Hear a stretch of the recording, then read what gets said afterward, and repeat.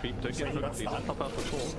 So, look at the anti-weapon, Tornado, EMP coming out as well. Ed is going to have his mana drained completely. Benoni is on the fast, so Snapfire getting 2 kills on the back line. Perfect opportunity, you have no damage here. The Ghost will...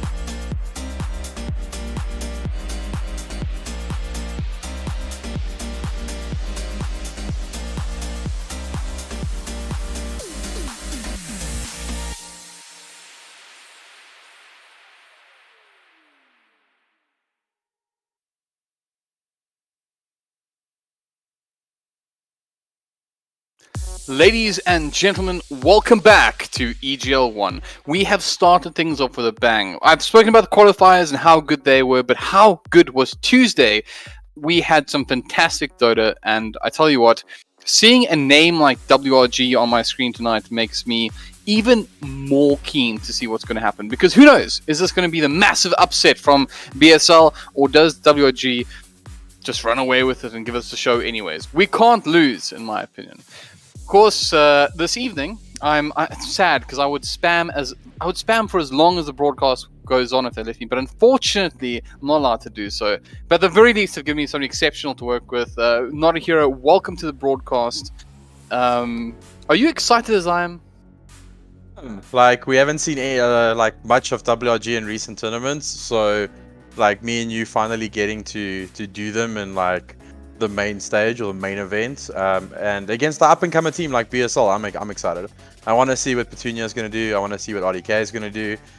These are old names in the Dota scene, and yeah, like, do they have some cheese pocket strats coming out, or are they just going to like stick to the norms? Like, we don't know, because we haven't been able to cast them. We haven't seen much of their games, so I'm excited. Like, I'm very, very excited. Yeah, no, 100%. Unfortunately, because I would like to talk more about this, but I'm sure you guys won't mind too much. We're going to go straight into the game, because the players are literally spamming me at the moment saying, hey, let's go. What do you think? Shall we go? Yeah, let's do it. All right. I can see RDK is like ready. He's like spamming in the lobby chat, like, why are we waiting? Oh, we're waiting for the viewers to hit like 100 or something. But yeah, it's just good old RDK memes. And ready to go. But I'm excited about this BSL squad. Like, they're probably labeled as the up and coming team in the scene. Like, all the big teams like are starting to kind of like know these players, and they're starting to perform well. Their ranks are steadily climbing up. Like, they've got a bunch of ancient players into Devin, and yeah, they're starting to become an up and comer. Like, maybe a little bit of a dark horse. What do you think, HellbirDza?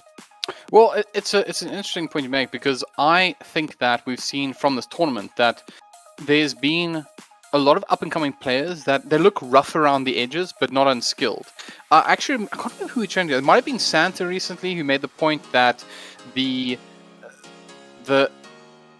almost like the highest number of immortal and divine players and stuff that there's ever been, right? So a lot of these players, they're talented, they're good. It's about the teams coming together, making decisions that transcend being good at, ranked Dota, and now work within a team environment where there's a lot more complexities that are going on. So honestly, I do think that it's entirely possible to find that diamond in the rough during this tournament and have a total surprise with one of these sides. That being said, though, BSL are really going to have a hard time proving that today, because as much as they are clearly a good team, they got here, they deserve to be here. They, I think, would be, they give most of us a hiding in a pubby, right? Maybe not so much you, notAhero. I know you got some salt in your veins still, but for somebody like me, I'm good. I'll let them have it, right? But up against WG, this is a team of, there's champions in this team. Like, they are the people that have been around the scene for a very long time, and it'll be a very, very hard task for them to take them down. But as much as I love RDK and his team, I'd love to see it more. So let's see what happens. But we've started the draft off here, so I'm gonna go straight into it. Let's break it down a bit there, HellbirDza. Like, you see an AA ban into a Nyx. Like, AA has seen a lot of popularity recently. The hero, people have started to utilize this toolset, especially the ice vortex on the ground. People are actually capitalizing off that damage where it kind of used to be wasted in the past. And Nyx assassin ban afterwards. Then we're seeing Lina and Rubik taken out, which is surprising. It's probably just because Harry the Hams is like an exceptional good Rubik. I don't know if WLG is running like Lina Pos 4. We have seen Harry play that in the past as well. But then WLG opens up with something I really like, is Leshrac. I think this hero is a hidden gem. I think he's not being picked enough. I think there's enough damage coming out. People aren't building BKB as early. He does suffer a bit against Blade Mail, but like majority of his spells he can toggle if he's not silenced. And Petunia is an extremely good Leshrac player. I've been on the receiving end of him beating out this Leshrac when we think we can pick PL for Cloud, and then he just picks Leshrac and takes over the entire map. So the items they came in is also beneficial to the hero. So you can get a early hood on the hero, Eternal Shard later on for additional mana. You can go the standard Yule's build, but then his shard is really good and his ags is really good. Makes everyone around him like ethereal, and he doesn't take additional damage from it, and he just pumps out damage. It's a big damage dealer. It's a lot of wave clear, and they follow it up with a Mars pick. Just some team fights, stabilizing it, probably expecting it to be banned in the second phase. And Benoni's Legends respond with Clockwork and Oracle. I like the Clockwork pick a lot. Can I interrupt you for just a second? Because Yeah, I want to chat a little bit specifically about the Mars, because I feel like this is the offlane of the patch right now. I should rather say right now specifically, because I do think things will change as teams figure out where the nuances and the changes matter most. But to me, offlaners that don't require Vanguard, like Mars, who's already massively picked up, is now just that much better, right? Like he's that much more contested. I think Mars is one of the best heroes in the patch. Do you agree? Am I stupid? Let's go back to the I do think the Vanguard change wasn't a nerf into the ground. I do still think the item is good. It was just its tower dive potential was taken away because it actually made it that a tower will do damage to the hero even if there's a block chance, because the amount that it blocks was changed. Even though it's a little bit, there is some of it. So I don't think Vanguard was nerfed into the ground. I do still think you go Vanguard early, you pick it up, and you apply pressure on these heroes. So like with that slight nerf, obviously Mars's value increases, even though by a slight amount. But the hero is good, regardless of like Vanguard or anything like that. A Yules on Mars can catch most of these like Spirit heroes, Storm Spirit, Void Spirit, Ember Spirit. Like a Yules Good Time Spear can catch him. Those are all things that make Mars great, and he gives you a big teamfight ultimate with a not such a hectic cooldown. And even when he doesn't have the ultimate, he still contributes a lot. He's got big wave clear. The spear is just so good with the shard now, where you can multi-hero spear. And it sounds like ridiculous, but like I've been playing a lot of Mars recently, and to actually hit a double spear is not that hard. Like if you get the right angle, you can hit two heroes easily into a wall or into the arena itself.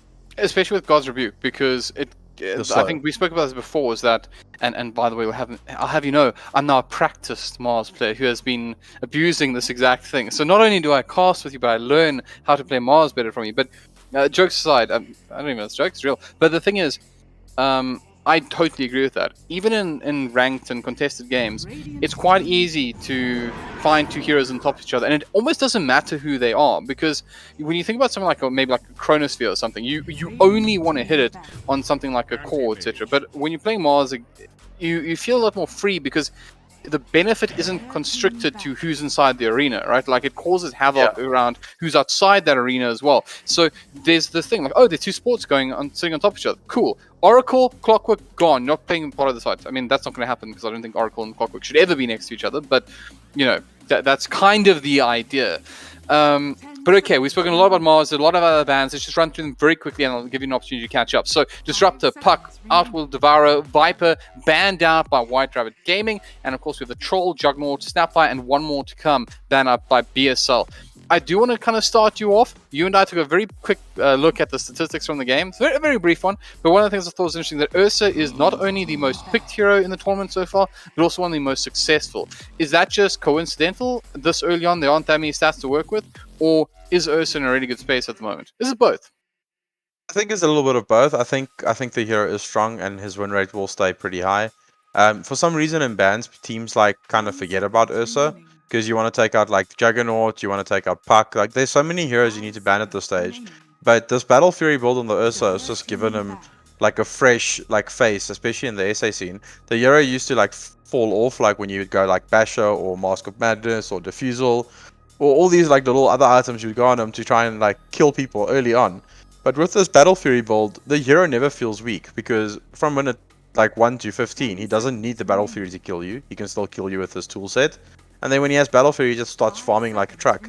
And like Battle Fury SNY, very popular. Status resistance very worth, because Satanic doesn't give status resistance anymore.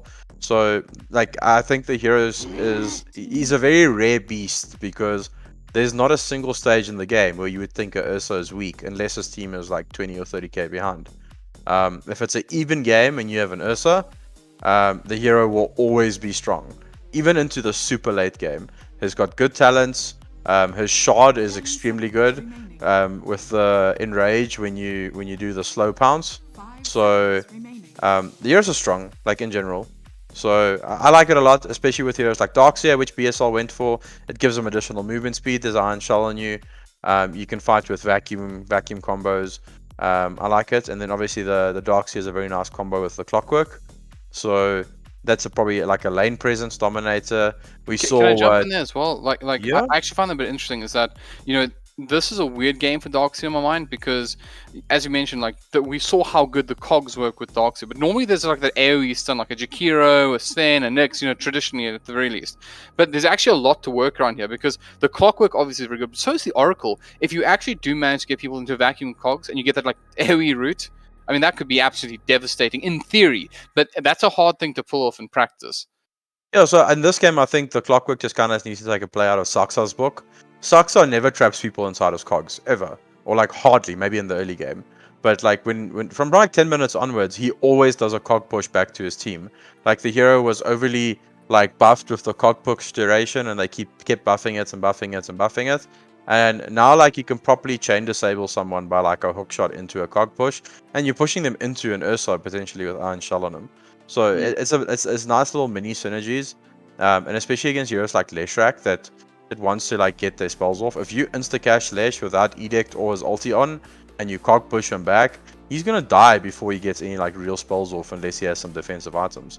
But I like what WLG did here. They actually picked Hoodwink. It's probably gonna be a +4 Hoodwink. We haven't seen much of the hero, but it's pretty good against heroes like Clockwork, because a Clockwork anytime like puts someone on a cogs, Hoodwink will channel a full duration ulti on the clock. And then they responded with Anti-Mage. That's mainly because there's no real hard stuns on the side of BSL, and it's a really good hero against Darkseer. Darkseer hates being bullied. Hoodwink? No, Yes. Leshrac, sorry. Must be, right? So Leshrac yeah. 1, sorry, Yeah, 2. Leshrac. Yeah, I was saying, because I was expecting them to pull like a last pick. I know. +5 Hoodwink. +5 Hoodwink. Yeah. Yeah, Right. this is the amazing thing about the Shrek, right? Though is you get the opportunity to just pick it up that late in the game, that early in the game, and it becomes your 2 position. Like there's so few heroes in Dota that you can reliably do that with, and it feel natural. Yeah, like when this Leshrac came out, I knew it was going to be mid. Though Petunia is the Lesh player. He's played a lot of Lesh, and he's good on the hero as well. So I can't see it going into the hands of anyone else. So I like it. I like it a lot, and they haven't really responded to this Lesh pick. They went like Clockwork Oracle, which I guess Oracle's pretty good against Lesh. It might have put in deny pick as well, because you never want a Leshrac Oracle against you.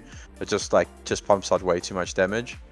And this anti-mage picture is great. I like this a lot because Darkseer is not a hero that likes landing into anti-mage. He's a hero very reliant on mana because all his farm comes from Iron Shells. And between level like 1 and 3, anti-mage can just kind of like pump hits onto him and drain his mana pool. And Darkseer is like rushing bottle these days. And he's going to have to go back to like the old school Soul Ring route. We do see a Death Prophet coming out by BSL now. Yeah, it can work. Okay, right?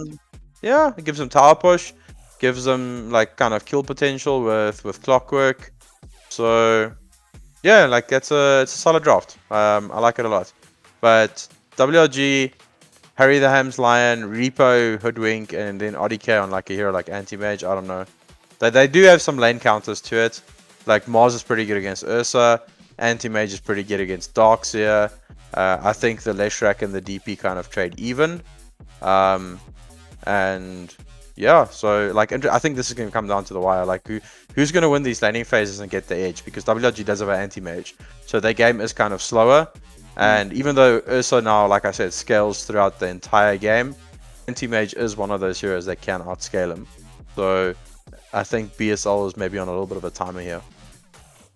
Alright, so I'm going to make a little announcement to those of you in the game. I'm going to do the traditional thing. Come and join us on the stream, be counted. Goes a long way. You can check it out on both notAhero and my Twitter. If you follow either of us, you'll find that there's links there to the YouTube channel, and of course on Evesports itself, which is at Evesports today. Production, double check that. Is it Evesports or at Evesports today? It's one of the two. I know that much. But look, I think it's gonna be a fantastic game of Dota. I'm really excited to this. And once again, I can't understate it. Like WG is in a very interesting space as a team. There's a narrative here that is really, really quite something. keep an eye out for this side. We've seen in the past that XD, Energy Esports, and Sinister 5 have all managed to win some form of tournament that is truly competitive and has real stakes attached to it. So we have a bunch of champions in the mix here in EGL. Yeah, RDK being one of them. Yeah, and well, this is the thing. Whiterabbit Gaming is the one side in my mind that is like is missing from that story. And in a way, maybe that's why it's going to happen, is because it's going to be the fate where it is WG's tournament. Maybe they're the ones who take EGL One because they're the one team missing. Because Punks, who effectively were higher seed than them coming into this tournament, that's almost in its own right, like its own win, you know. So for WG, there's more than just the victory here. It's almost like reestablishing themselves, because up until recently, we've always seen the side as one of the best. They're always top 3, top 4. You know, there was definitely a time when you would expect to see them in the finals. In fact, not too long ago, if I'm not mistaken, I remember seeing WG take down Energy and go into a final. So I just should double check that, because I'm pretty sure it's Energy, but apologies if I got it wrong. But the main thing is that WG are in a precarious position within almost our rank. Here we go. Oh, hello. Okay, well, the spear's going to come up. And Millipa is under siege, but the spear's good. They actually might be able to turn this one around. Harry the Hams gets the stun off, and then comes on. Even he wants to get involved. He immediately gets around the stun, though, and he's going to be able to get out of harm's way for the time being. But Mr. Speaker actually turns this one around, and RDK will be the first, but the route was good. In the back line, the ward goes down as well. It might be the ward, I'm sure they'll see, but it might just be for the vision for the fight. They're going to bring down Mr. Speaker. You take our one, we'll take yours. Anna and Pick, they're going to back off, but... And they got the clock as well. Oh, I didn't even see where that happened. It was all the way back at the ruin. In fact, Millipa, he's being run down by Ryan at the moment. He's got the iron shell on him. This is not over just yet. This is why I love SA Dota. Millipa being run down. Can they finish the job? Is there anything left? Yeah, he's going to get the mana for it as well. Does he connect? He's lining it up. He's got the help of Harry the Hams as well. They're going to bring down another. Okay. Oh, you know, I told you it wasn't going to disappoint. I'm not a liar. 3-1 in 3 seconds into the game. Ugh. 2 mids are just like, we're laning now, guys. Yeah, the 2 mids are just like, we're laning now, boys. Like, you go do your thing. Like, we're not chasing that. Like, we want to lane. Like, Petunia and Anna, like, immediately just, like, against each other. They want to lane. They have changed the lanes up. Like, Darkseer has made his way top. And this Ursa Oracle's against the anti-mage bottom. I'm not so obviously, they feel like they can win it, right? Like, they're almost like... No, this is so Darkseer can have a game. Like, like I said, anti-mage completely destroys your Darkseer lane. Like, you can't lane if like Darkseer against anti-mage. So they are reliant on Darkseer having a good time. But I also feel this makes life harder for RDK. I mean, they're actually going to follow the rotation on. So we've seen this international a lot, but they're actually going to work out even better. They bring in the line. They want to bring down Pick. Unfortunately, they're able to quite get in range of him. But I think we're going to see a full rotation here. I think they're just going to change the lanes around. I mean, we'll watch RDK like a hawk. But his TP scroll is coming off cooldown in a second. That's what he does. He's backing off those creeps. Kind of feel like... No, they can't change looks like he's going to... If they change now, like, you have to move, like, you have to run, because if you change now, the enemy team will just kind of react to it as well. And then they'll just TP, and then you're kind of stuck because you don't have a TP. So... Top lane, sorry, Millipa in trouble here. Millipa actually might be brought down, and is. Listen, we said it, Benoni's Legends is a real team. This is not some, like, casual kind of ignore them and say, bottom lane, they bring down Mr. Speaker. Okay, 4 for 2. We're 2 minutes into the game. Let's go. But I wanted to say, this is honestly like a side that I do think is a challenge for even a side like WG. They got to be careful. They're going to go into Pick as well, though. RDK wants to get sure there's no mana. And they get the Hex off as well. RDK might be part of a kill here. I've cast a curse these people. Like, literally saying how well they're doing, and then they lose 2 heroes immediately. It's fun. Like, they made this double rotation, or this tri-lane bottom now. They are going to bleed a bit of XP. Anti-mage, like, fortunately can catch up quite easily. They just kind of need to keep applying the pressure. So this tri-lane will pull AF. They're going to, like, these camps are blocked, HellbirD. Like, I'm looking at it now. I thought they were going to just, like, re-establish lane presence by pulling, but the camps are... Is it blocked? Yeah, it's been blocked. Just inside the box there. Sorry, bottom lane. Clockwork? And else is blocked at the moment. It's Harry the Hams. He's stuck inside with the clock. ODK goes in. He wants to fight this. He's going to save Harry the Hams with it. And now it is King that's in trouble here. He's backing off and should survive. Mr. Speaker has to back up as well, but he's going to be hexed up. ODK, he wants to get this kill on his opposite number and will. WG are destroying this bottom lane at the moment. And he's still farming. Also, look at this here. The man's involved in these kills and he's farming. Like, only RDK, right? Like, how many SA players? Like he's still got the net worth. Like he's got 18 last hits now. Still hitting the creeps, top of the last hit charts, and 2 kills to his name now. So this tri lane or like his aggressive lane is kind of falling apart for them. This rotation that WRG realized, like moving Harry the Ham's bottom here, has been here they go again. Yeah, they keep engaging and pick a 10 in trouble, and they're going to connect with Repo on the back line with a little bit of an assist, and it's more than enough. He's actually going to get the kill at the end as well. So RDK can look at him with like angry anime eyes, but the reality is they are stomping this bottom lane, and right now, RDK, are you? They're swapping it. They're swapping it up. Yeah, he's going to be run down, but in the end, there's just not enough pressure they can put on. Really, really good stuff by WG in this lane. Maturity, but that's the thing. Is it too late though? Like Ursa's got 8 CS and he's died twice or 3 times now. He can't lane up against Milifer. If I were Mars right now, I'd be the happiest man in the world. And you can see he is. He immediately starts pressure. Toss him back. I mean, look at the damage he's able to do. Spear hurts, man. And he's got 2 levels in Guard and Rebuke. He's taken nothing in Bulwark, any of that nonsense. So he is going to put a lot of pressure on Mr. Speaker. They can't leave him alone here. They actually have to make at least another rotation. I actually kind of feel like maybe the best bet is to run this as like a old school Darkseer lane. Like just leave this man alone and say, listen, Ryan, good luck, buddy. So I've actually just got the pause bug quickly. Just give me 2 seconds. I just need to Well, reconnect quick. Let me just like leave you for 30 seconds. I just need to like reconnect to the game while we are paused. It does look like a couple of the players also are experiencing some pain here. But like what I was saying, and I guess we will wait for notAhero for a little bit later. But my feeling about this is that leave Ryan out the bottom lane. Let him do let him suffer a little bit, so you have an opportunity with your main player. I mean, you really do want a Ursa to have a good game rather than your Darkseer. I mean, Darkseer is still going to be able to contribute in some fashion regardless. Once again, sorry, I missed this one, so I'm just going to give you a quick note. If you are watching, if you're watching game, once again, please do join us on the stream. And once again, you can find the link on Twitter or on my Facebook page. A little bit easier since the YouTube link, but easily found enough on the Evesports the Twitter page, which is EvesportsZA, and you can join us here. But with that said, we look forward to welcoming you, and of course, I've returned. Everything is sorted. Good. Glad to have you back. For those of you who are wondering, of course, there's something special about this event. Something that truly makes all of us happy. Sometimes in life, there are things that just, I know, they taste better, they smell better, they feel better. And do you know what those things are, notAhero? Do you know what tastes better, smells better, and feels better? Pizza? It depends on the pizza. I mean, as an Italian, we can have a long conversation about this, but now is not the time. Free stuff, notAhero. It's always better. And of free course, stuff, yeah. Free course, stuff as well. Free stuff is only available on the stream, where we'll be giving something away every single time we broadcast one of the events. So do make sure that you are part of the free stuff, and the free stuff will be at some point. Could be in game 1, could be in game 2, could be in game 3, could be right at the end where we force you to watch us talk about Dota. But it's really cool free stuff as well. Like it's not like just, hey, here's something useless that you're never going to use. It's something that you can contribute. You can actually use it, and it's just a little bit of a bonus for coming to watch the best players in our country play Dota.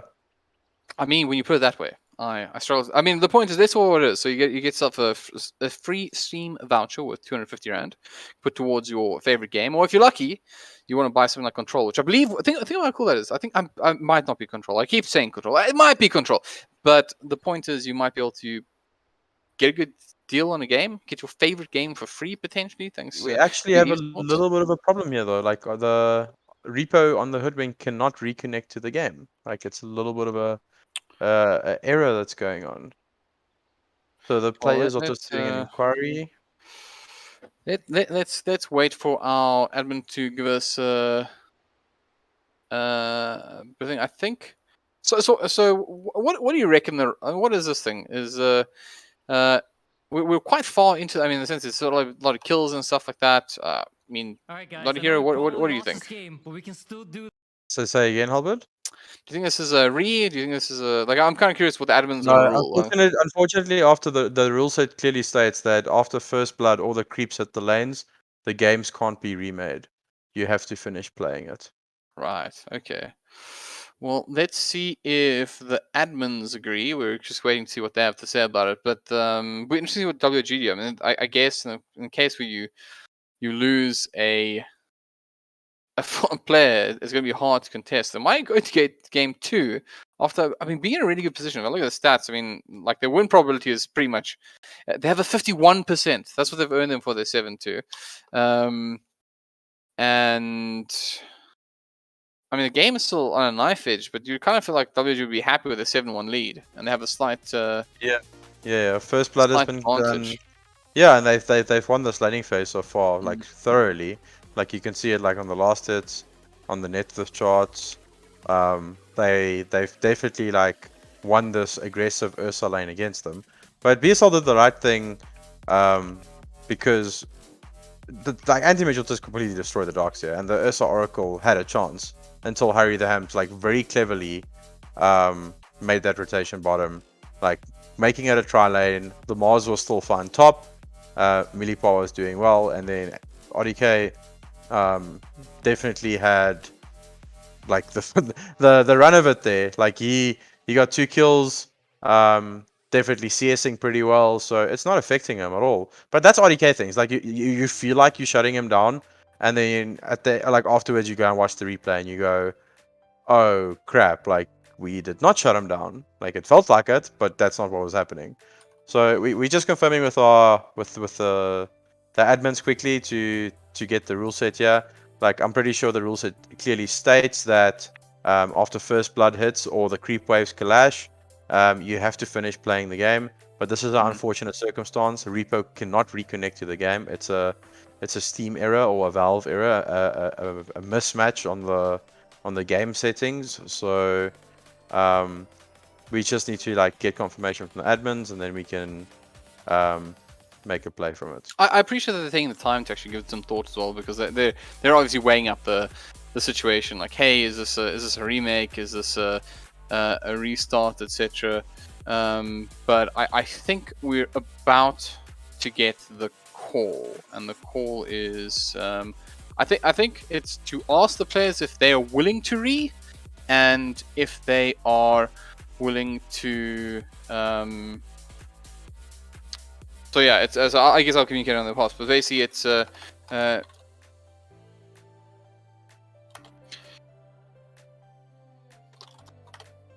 cool. We'll see what they have to say about it. So yeah, I think it's re if the teams agree. Otherwise, we're gonna go to game 2 with a forfeit in favor of Benoni Legends. But it looks like they want the re. I mean, I don't think the I think that seems to. I mean, if the teams agree, then I mean, I think WG had such an advantage, anyways. I don't think. Let's be honest. If I was BSR, I'd feel like, you know, we lost our lanes. We had a hard time. We're gonna go with the re, and I think the fact that it's left down to the players to make the decision as well is in its own right. Is in its own right. You know, yeah, it's kind of nice. Both sides have agreed to restart the game. So the guys are leaving the game already. So it's kind of it's a nice gentleman's agreement. Props to BSL for being good sportsmen there. Like, because the rule set does state that if there is first battle or creep waves connect, the game will have to be played. But they openly said like they can re. It's not a problem. So good on the BSL guys. It's what we want to see in the SA scene. And yeah, well, I guess we gonna restart this entire series, Albert. But yeah, we have to restart it from fresh. So it's coin toss again. It's flip again. It's basically everything. So fresh perspective. Yeah, I think and that's the fairest way to do it. But I think at the same time, at BSL, I think you guys, man, that's cool of you actually. Because I mean, you can just take the win, right? But the fact that they're like, no, we don't want that. We want to win this fairly. We don't want to take any advantage like that. That is, man. What? EGL, how cool is this? Anyways, listen, I think we're going to be back very shortly. We're just going to take a quick be right back just to make sure that everyone's on the same page, make sure everyone understands what's going on, and then we will be bringing you the action straight back. But expect a full-on draft, a full-on restart. Hey, let's go. It's weird saying this. Let's go game one. We'll be back soon.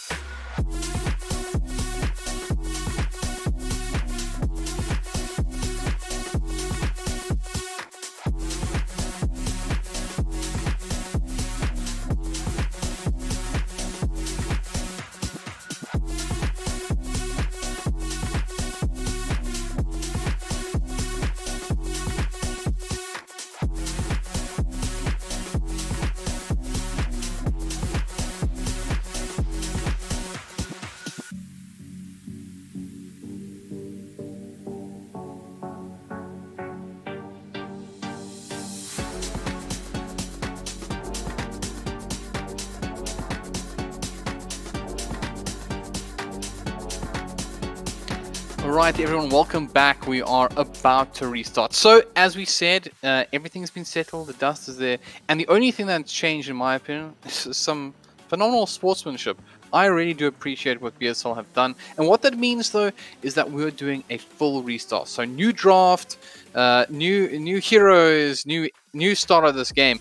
And look, I think that in a way, this is one of these moments where I just want to point out again how good and healthy I think the Dota community is.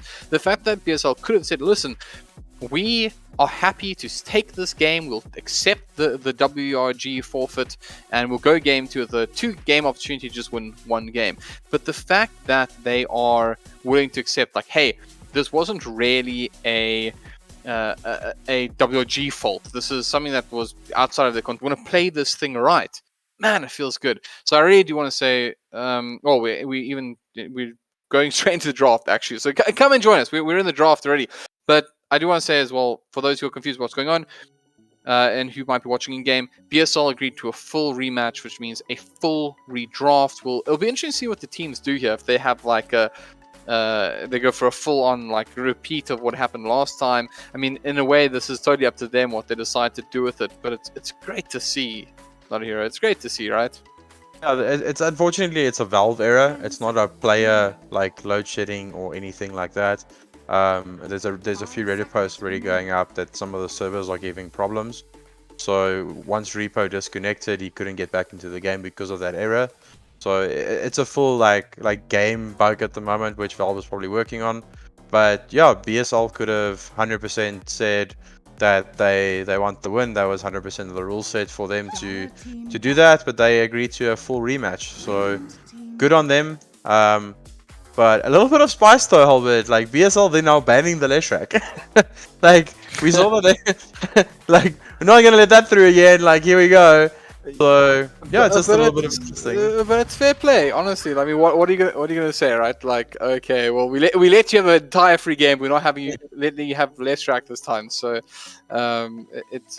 it's pretty good. And once again, man, it makes me proud. Honestly, it makes me proud of this community sometimes. So when I see stuff like this, I really do appreciate. I mean, I'm a BSL fan now, right? I mean, that's easy enough to say. Sorry, WG. Now I want him to beat you. Yeah. Imagine now BSL comes back. Oh, that first game was nowhere like it was still just getting started. WLG obviously had a slight edge from the laning phase, but like it was nowhere. Like the net worth was like 1k difference, like less than 1k difference. So definitely like still getting started. Like we don't know what was gonna happen, but yeah, imagine like BSL with the gentlemanly like excitement. Like no, we'll remake the whole series. If we win, we want to win fair and square. And they go and take it. Like that's the cherry on top. Yeah, and this is the thing I think is the big thing for me is that when you're the favorite, when you're Sinister 5 and you're playing against a team that's, let's say, like significantly less likely to beat you. You know, like it's a side that's like, oh yeah, we'll beat them in 20 minutes. You know, and then Sinister 5 go ahead and they say like, cool, it's good sportsmanship. It certainly is, right? If they allow the like, so taking nothing away from the good sportsmanship, but there's almost no threat. It's almost like they expect, like, we're going to beat them anyways, so let's give them a fair shot, right? Which is cool and all. But in this case, BSL are the underdogs. They are the team that could probably sneak a win in, and if you have two BO1s in a way, like, you got a good chance there. So the fact that they are the underdogs in this and are still saying, no, we want a fair fight, man. Like, remember these names, because I think that if you see Mr. Speaker one day in a championship role, etc., don't be too surprised, because it's that kind of behavior, that kind of commitment, that kind of willingness to want to improve and be part of the, a great Dota team. That's what gets you there. It's the mentality as well. So because you don't know what perspective they're looking at this game from. Maybe they've prepared for this game. Maybe they prepared for this WRG series and they're ready for it. Maybe they want to take it as a learning curve. You never know. So yeah, like showing good mentality and teams with mentality like this that can like say no, like let's remake the whole game because they've got to play a DC. That's like, it's phenomenal. That's what we want to see. This type of things are like, it grows our community. This makes none of these are new players, but if this was like two new teams that went up against each other and you see that type of thing, like that's what keeps players playing Dota, because the community is embracing each other. So well done to BSL. I'm actually going to run us through the bans quickly. So for WLG, you see Oracle, Puck, Death Prophet, Disruptor, and Medusa taken out. BSL, Benoni Legends, they took out the Lina, the Leshrac, Anti-Mage, Juggernaut, and Troll Warlord. So Whiterabbit opening up with Snapfire Mars, really good kill combination there. Lots of team fight. I like it. Like Snapfire gives you tower push, and then BSL responds with a Gyrocopter Clockwork, which is pretty strong in its own right. Then they go back for the Darkseer again by taking out the Anti-Mage, which is pretty good. Darkseer can probably put pressure now with this Clockwork in his lane, but also lots of teamfight HellbirD, like Vacuum Walls, Clockwork Cogs, Gyrocopter, like Call Down, and then you've got Mars and Snapfire. It's just teamfight into teamfight, and both drafts have a lot of pace. Gyrocopter is a hard farming hero, but he's a hero with pace as well because he can kill. Like his skill set. We're gonna make up the time, not a hero. We're gonna make up the time. We're gonna go angry at each other now. I mean, what follows better? What follows better after good sportsmanship? Like, just violence. Just go after one another. As hardcore as possible. It's like, have you watched all those MMA battles where the one guy is just ruined the other dude, and the other dude's sitting there just bleeding everywhere, but he's also got his hits in and stuff, and then afterwards they're hugging and everyone's happy, right? That's what you want to see here. But the fight's just restarting. It's like go round two. The hugging happened before the slaughter this time around. So, I'm surprised about this Lifestealer pick. Like they literally just picked a Bloodseeker, and then you go for. I guess there's counters to it. Like with Lifestealer, if he infests into a creep after he's ruptured, he can still run away. It doesn't affect him then. So I guess there's like little things there. And I do Bloodseeker farms so fast now. Like the changes to the hero, And his shot is really good against strength heroes, Lifestealer being one of them, because it makes his auto attacks pure damage and he gets additional lifesteal off it, and then it burns a percentage of HP. So a farm Bloodseeker can definitely fight a farm Lifestealer. But does that mean this is a mid Gyrocopter, Albert? Or a support Gyro? We've seen some Pulse 5 Gyro recently. I mean, to be fair, we did see WG pick up their 5 position last in the last one. So maybe BSL thinking the same thing. Like, we still have the flexibility to move that around depending on what happens next. Obviously, it's playing out a similar way, but once again, the teams did agree to like a full restart here. So hence why we're going to have the same pick order, etc. is just coincidental. There was a full toss, side selection, everything happened again. So the fact that they're on the same side, etc., is just pure coincidence. But maybe WLG thinks that's a support. Well, WLG thinks that's a support Gyrocopter because their last 2 bans have been Odie and Magnus. So they 100% think that's a support Gyro. Is RDK right? Well, the interesting thing is, I mean, they ban out the Storm themselves, right? Now, Storm would have been awful for BSL. I mean, gives them a... I know what you're going to say. It's now an escape mechanism. It's an extra life for Lifestealer, but it never sucks to be able to get inside a Storm thread and go for a trip, right, as a Lifestealer. Storm into Lion, though? A good Lion player, like Harry the Hams, will catch you. Like, he will catch you. So... Oh, fair enough. Yeah, they're covering their bases. They take out the Zeus. Like, taking out the Zeus makes me think again that this is a core Gyro. Because you don't want to lane like Gyrocopter against Zeus. Kind of goes both ways, but during the game... We need to ask them after this dropped, like, hey guys, sorry, don't mean to interrupt, we're going to let you finish. But, was that What was going on here? Tweet us! When you watch, listen, if you watch this, any of the 10 of you watch this replay, and I'm sure one of you at least will, go and tweet me, or notAhero, or Evesports, and say, hey, this is what we think. So W, you can give us our thoughts on it, and BSL, you can answer the question. What was the thought process behind this? But okay, WG, they're going to go with the other spirit. So they pick up the Ember Spirit, and that's what do you think of that? Do you think it's a? I like it a lot. So like Ember is pretty good against Gyrocopter because first of all you can always dodge the rocket with like Sleight of Fist, or you can remnant towards it. And he's a hero that can kind of like lock Gyro down and do damage from far away. So like Rocket Barrage never really affects you. The rocket itself never really affects you. The cooldown doesn't really do that much to you if you have a remnant out. So and he can kite Lifestealer as well. So a Lifestealer can never really like kill him unless he really messes up. He can get out of cogs. So yeah, really good Ember pick. I like it a lot.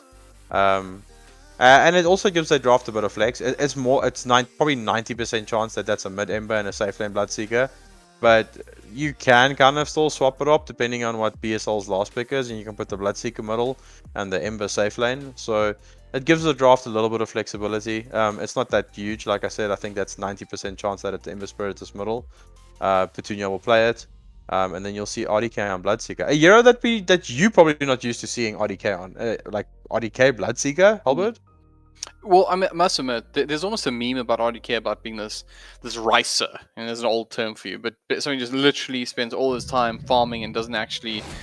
And Bristleback. Okay, so that's not a core Gyro then. Yeah, it's a +5 Gyro. Interesting. It's pretty cool though, because your support combo can actually kill. Like Gyrocopter Clockwork can kill people. Like that's definitely like some damage that's gonna come out. Okay. Whistle does really well against Ember mid. Like really well. He can bully that lane pretty significantly. So just to compartmentalize this and finish that thought. So I think RDK has a stigma about him that he's this. I mean, the problem I'll have to talk about is a bit of a joke, but honestly, he's quite a mature player these days. I don't think that you can expect to see him just kind of sit in a lane and farm. If he has to be aggressive, he'll be aggressive. And I think, when he moved to offlane as an example, I think you saw like the change in the player. It was an individual who was willing to have a totally different look and feel. So play the sacrificial role instead of being the I'm farming the entire map role. Yeah. So with that in mind, I think that don't be too surprised if you see like a very aggressive RDK that's not farming. I mean, I think he'll do what his team needs him to do. But now, bringing things back, I'm super excited to see a Gyrocopter and South Africa playing this position. We just don't often see it. It's a rarity for us. Like a few years back, like a bunch of us was kind of like experimenting with Gyrocopter Pos 4, and you kind of like rush Veil into Kaya and just have like a bunch of magic amp and then run people down with Rocket Barrage. And recently, Rocket Barrage was buffed even more because you can buy the shard now at 20. So it's just become like the hero's toolset is there. I'll be interested to see what items he's going to go because he is the Pos 5. So are you just going to go like standard, like probably like Solar Crest or Glimmer Cape? They can go Solar Crest. Solar Crest on Lifesteal is extremely good. Yeah, I like that. But they've got quite a bit of magic damage, like from Clockwork Darkseer. If he goes like a Veil build on this Pos 5 Gyro, like they're going to pump out some damage in the mid game. You can kill someone with just Clockwork and Gyro if one of them has a Veil. It's a lot of damage. Okay, well, let's get into this because it's a restart, and this time we're not gonna miss anything. We didn't miss anything last time. We're not gonna miss anything anyways. Once again, final reminder: come join us on the stream. Check out Evesports ZA on Twitter for links, etc. Get all the information you need there. There are free giveaways, but most importantly, there's a fantastically handsome shoutcaster tonight for you to enjoy between matches. You can't see in game. You can decide which shoutcaster that is, though. But you're probably gonna like. I just claimed it with my little aww. Sorry, you're gonna have and then people tune in and they go like, but they said there's a handsome shotcaster here. Like, what is this? Like, and then both of us were just sitting here going, well, what's going on? I'll play our chances. Okay, anyways, anyway, nonsense aside, cool. Game 1. WOG versus BSL here in the second matchup that we're bringing to you on the main stage of the EGL One channel, and of course, WOG? Starting out WOG's favor again. That they're gonna find. They got the ward as well. Yeah. So. And are they gonna give it to them? It means they're gonna. Okay, no. The lifestealer is wrapping in top, so they can kind of just like gentleman trade here. Because another lifestealer is top. I mean, they're not gentlemanly trading go. at all. They're trying to kill Harry the Hams. You took our ward. We're going to take first blood. And they should do just that. And there's no way out for him. They get the bounty in as well. So that was 3. Actually, yeah, 3. Yeah, first blood and 3 bounties. That is a very good start. Much better than the first game. They did get first blood in the original first game, but this is the first game now. But they lost a few kills afterwards. And it looks like they're going for... Is this just for like a kill here bottom? Because there's 3 heroes bottom again. They can't leave this lifestealer top alone. So that's just probably to apply some pressure. I just want to ask, is there like the... I mean, everyone always talks about karma in the negative sense. Was this like good karma? Like you restart the game and then you get a better start than you did the previous one. In fact, you get a far more fair... I mean, remember the original restart, they were sitting at, I think it was 3-1. And they lost the Ruin battle there as well. So in this case... You win the Ruin battle, you get first blood. Sure, you lost your mid ward, that's not great, but overall you definitely will take it. Maybe WLG is rattled because of that, because they were like, these guys just laid us re. Like, this doesn't happen in SA Dota. Ever! Like, what's going on? We don't know what's happening. It's a power play. Look what's happening mid. Anna, I want to call him Honor, but this is Anna, right? Like his actual Dota name is Astra. Astra. You know, I actually know Astra, and I always wonder because I used to play in Dota 1 with something called Astra. Top lane, sorry, Mr. Speaker in trouble here. Beautiful double impale comes out from Harry the Hams. Mr. Speaker should be able to walk it off, but the damage was done. Pick able to get some damage off of his own onto Harry the Hams, and actually, well, he might pay for this. God Rebuke is up, as well as the Spear of Mars, and he's going to be speared back. But he actually didn't connect! He still has the God's Rebuke up though. No, he doesn't have the mana. He doesn't have the mana, but it doesn't matter. He gets killed. Yeah, that's fine though. Like, I don't know why. They're kind of just trading kills there, but the moment this Gyrocopter hits level 2, like those kills are gonna stop, because then you're running into a Rocket Barrage.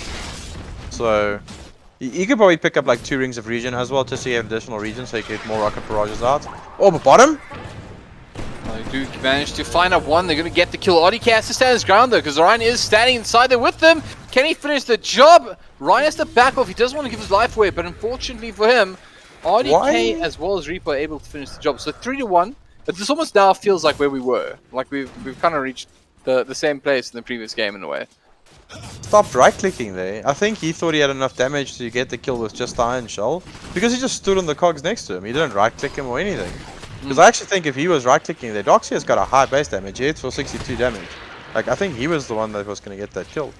Maybe a bit of confusion as well. Maybe just not reading it in an ideal fashion. Why am I inside the cogs? I don't want to be here! Bottom lane, once again, Repo will catch out his opponent. And the damage is being traded fairly evenly, but RDK should be able to run down Galaxy. Those Battery Assault procs doing work though, as Ryan gets the body block in as well. Nice work, but he's got to be careful. Galaxy will manage to get down the cogs again and just gets caught in the end of the Blood Ride. In the end though, no one dies this time around, but appreciate the body blocks. Easier said than done in this kind of circumstance. And that's going to get, that little combo that they're doing at the moment is going to get stronger and stronger the more levels of Iron Shell that's going to come out. So, like, that was still a level 1 Iron Shell. He hit, like, level 3 during that duration. He did a little skirmish. So, it's just going to get stronger for them. So, mid lane. Oh, wow! I mean, ooh, Astra. Oh, we're going Astra. Okay, it's Astra. It's Cool. Astra. So Astra. It's Astra. Yeah. That's a big kill as well. I mean, it was very close. I think just underestimating how much damage that Bristleback can do. Bottom lane, RDK. He also misplayed though, because he had 12 one charges on the Ember. So Petunia maybe just holding on to that one a little bit too long. But yeah, because he popped, he didn't use his one there. I guess he evaluated that he would have been dead regardless. And then just felt he could keep it for future use. Well, I must say, I was taking a peek at him a bit earlier, and he was sitting on the 15 one charges for quite a while. Like, I kind of feel like you just gotta use it up, man. Like, I know it can go higher, but Gyro just up the top. Doesn't have mana though. I don't think he should be hunting this. Oh, here we go. Does come out, and Pixel should be brought down here in the end. Millipa and Co will do the job. Middle? 4 to 3 at the moment. Oh man, like you can just see, especially with the fact that he now has Warpath up, that Astra feels very, very confident in this lane. Yeah, like he's like fighting this Ember Spirit with like 200-300 HP. Doesn't really care. He got both water runes there, and he's a full level above him. The CS is pretty even, but that is he gonna kill him here? He kills him here. He's got the Warpath up. He's got another skull. Oh wow! Oh! Honor! No wonder you guys went game 2, no problem. You guys are doing so well. Top lane, Harry the Hands is in a little bit of trouble here, but they decide they want something different. They're going to turn their attention on to Millipa, who's being run down at the moment. Mr. Speaker and Co. get quite a bit of damage onto both the offlaners, but at the end they're going to have to settle for just damage. But mid lane is the real problem, because that Ember Spirit, he has found farm, but this Bristle is actually having a great time. This is something to back off. I don't know about this, so I'm going to be particularly harsh on him, but like, I do feel like probably currying in a healing salve was the play here, because he's headed all the way back to home base. If he made this trip back home the moment he killed the Ember, it was fine. But I guess the Ember only got like 2 CS while he was gone. It's not that bad. I mean, to be fair as well, he is kind of crushing him at the moment. The 6 is up on Precious though, so it's unlikely that he'll... Oh my word, look at the damage! It's just so ridiculous, and he's actually having to pull him away. He's back, yeah, he's in trouble. You can see them both trying to toy with one another. I mean, Precious made the right play. He realized he had to pull him away from his remnant, because it wasn't far back enough to keep him alive. He would have just been run down. But in the end, you can see that Arlen knew exactly what was going on. He kind of commit to it, but I think it was a little bit of a dance so you could get the better of it. But in the end, some really good play from Astra. I must get that right. Astra. I'm puzzled here. Like, I 100% believe Precious Petunia is a better mid laner than I am, because I'm not a mid laner, and he's a very high skilled player and a very experienced player. But against this Bristleback lane, I don't think you put this many levels into Flame Guard. I actually think you go the Chains build, because the quills are not magical. It's not protecting you from anything, and you can't really get on top of the Bristle to use the Flame Guard aggressively, because he's just going to destroy you. He's going to kill you. If you have a level of the Chains, or like maxing the Chains, you've got Harass, and he can't chase you down. So I do think this might be a little bit of a miss skill from Petunia, but it's also a weird matchup. How often do you play like Ember Spirits against a Bristleback middle? So I might be completely wrong, and Flame Guard is the right way to go, or it's just because the matchup is unfamiliar and he's not accustomed to it. All right, well, one way or another, top lane, Millipa in a little bit of trouble here. The Impale once again. How good is Harry the Hams? Apparently, oh, you know what I'm actually going to say is that Impale is a global ability that hits everybody, because every time I look at him, he's hitting double hero Impales. And you can see the thing is, he's actually trying to like almost thread the needle, but catch everyone on either side. Like a failed threading of the needle. I don't know. Give me a better way to say that. But Between years not having a good time. Look at Astra. Like, look where he's playing Dota right now. Is he going to kill him again? He's got the room back, though, but he's slowed out. So it means that there is the opportunity. One more. He has to back off immediately. Okay, so he stays alive. But Anna's not done. This is what I was worried about. Anna goes straight back in here. He's moving quickly. He gets off the goo. But the biggest thing here is that, unfortunately for Precious, he can't play Dota. Like, Astra is just falling behind on the dominating net this now lane.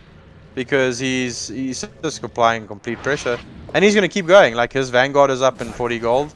And then it just gets even more scary. This Ember can't really like touch him. He can't stay close to him. Look, bottom lane, King in a little bit of trouble here. ODK running him down. But he is underneath the tower. But all those stacks up from Little Shredder is the real problem. ODK getting low, but the support is... No! It's not there! No, yet he's still standing! Oh, ridiculous! He's actually going to get both of them in the end. Because Repo dies to the tower. I mean, listen, if I was Ryan right now... I'm the stocks here. I'm okay. I'm third. Yeah, look at the voice lines. Moment. Look at the voice lines. They're not doing it. Ryan gets 2 kills, kills RDK. While the Snapfire is right next to him in the form of Repo. And top lane now. You're not allowed to speak because once again the action goes on. This time around, they get the engagement on Mr. Speaker, but they turn this around. Milipa is taking damage, but he's got the 1 level Bulwark, so he's alarmingly tanky, and the support is there. But the creep. We're gonna call him Florence. Florence gets in the way. Doesn't matter because in the end they finish the job. But yeah, let him die to the neutrals. He's a traitor. No, that was just a misplay. I don't think Milipa was aware that Repo was TPing in. Because he was. He was facing the correct. He was facing the right direction. He was facing the right direction. Bristle's just taking all these stacks while the Clockwork is getting murdered. He just got 3 neutrals in 1 drop. What is that? You got a Possess Mask, Ocean, and an Arcane Ring, and Possess Mask is extremely good. He actually decided not to take it, he banked it. Who's he gonna get? Probably to the Lifestealer. Yeah. In mid lane, King decides to take on Precious. I mean, he's actually doing a lot. No, Precious is just, he's being bullied by the supports now. They do get a kill in the lights to the top lane, missed that one, but look at mid, because at the moment, Precious, he wants to finish the job, but the cogs are good. And amazing that he's been able to do this. I mean, Astra mid lane is giving it up so that his support can get some experience. He's almost level 6 as well, and I think he realizes now it's time to back off. But this top is trouble though. Oh wait, it's right, huh? RDK. Just killing RDK being angry, but ooh, that is a very, very close to level 6 Clockwork. What I like about this was he has the Trank, so he's happy to fight mid and then just make his way back towards bottom lane, get that level 6. Harry is 6 on this Lion. It's a really early level 6. Gyro is still level... Okay, he just turned 4. He was level 3. No, they are level 7 Lifestealer, to be fair. Yeah, but Lion and Mars are both level 6. So Lion can definitely pull the trigger on this finger and start like making some pressure on the map happen.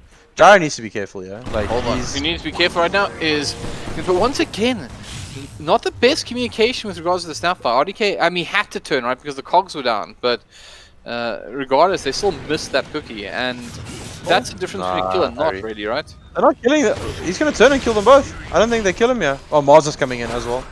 In mid lane, Harry gets the support he needs with both Precious and Milipa, but they need to make sure that this doesn't turn south because that Bristleback is hard to bring down. Look at Precious 8p, one more kill.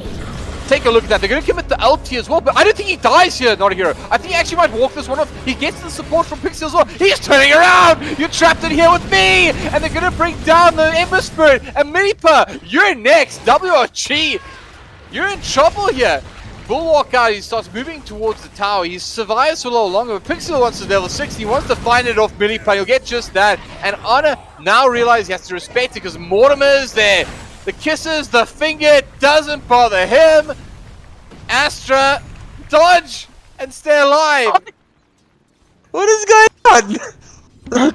Like when it was just the Ember and the Lion, I was like, oh, they're not killing him. And then like Milipa rotates in on the Mars, and I was like, hey, maybe they're gonna kill him. And that was disastrous. Like Pixel's rotation there was timely. Like the rocket like caught the Ember Spirit off guard, 2 levels of it. It's a 2.5 second stun. And yeah, like Astra definitely feeling himself this game. But the plus side for WRG is... He's just A-God now. Let's go. like, but the plus side for WRG is No, this Bristle is having a massive game. level Bottom 12. lane, Milipa picking a fight. He doesn't have the arena though. He does have Harry the Ham's going sidelines.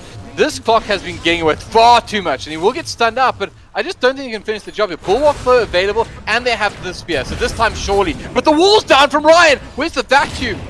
Wasn't cooldown. Couldn't commit it. And maybe a little bit fortunate, but RDK beams in from the sidelines.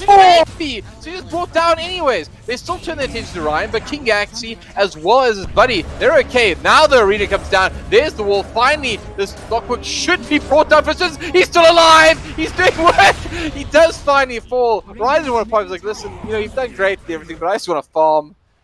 But that's arena blind for the support clock. Like, they fine. Milipa? Oh yeah, Ryan actually pulled the way back. he He missed gets the- off the vacuum. He's controlled. Oh, nice. WG do That was find a nice. nice kill in the end. What Yeah, a that crazy was game nice. of Dota. That was really nice. But look at Pixel top now. Like, he's like behind the tower looking for people to ulti. RDK. Yeah, he No, he drops just- down the blood, right? Just like, how's it? Cool as a cucumber. Pixel That's moves the all other that way. was. What is Bristleback going next? Like, he's having such a He's massive going game. farm. That's what Oh he's my I mean, look goodness. at this man. Going Ags, like straight into Ags. Like, that's, yeah, he's a big boy. And his farm is just spiking it, but he made all those little stacks for himself. But King Axie on this clockwork is also having a massive impact.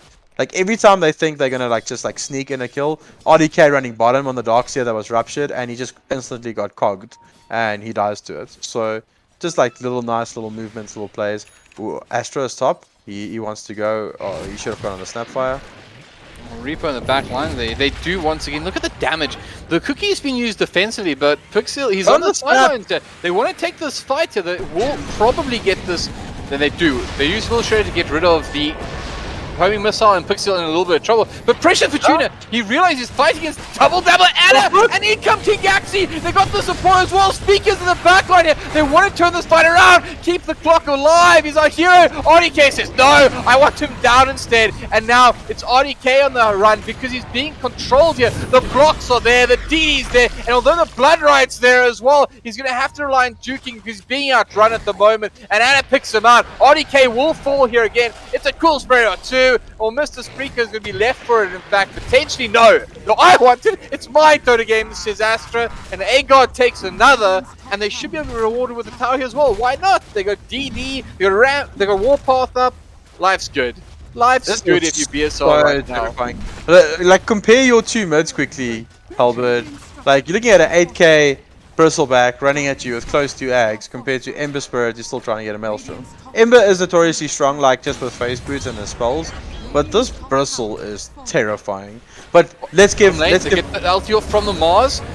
Nice whip by Galaxy. Let's just get the cogs up to keep himself away from the wall. Did take a little bit of damage from it regardless, but Repo and Co do keep this fight alive. The Clockwork Elky comes through. He's just trying to get away, but RDK like, listen, let's do enough of this. Have a Rupture, have an Impale, have a Blood Right, just die. Why won't you just die? We've thrown everything at you. Guess who? Anna's here, and everyone should run because Agard is coming down, and Harry the Hams will be the first sacrifice to Mr. Spreaker. He tries to TP out. Is it good? No. The homing missile connects.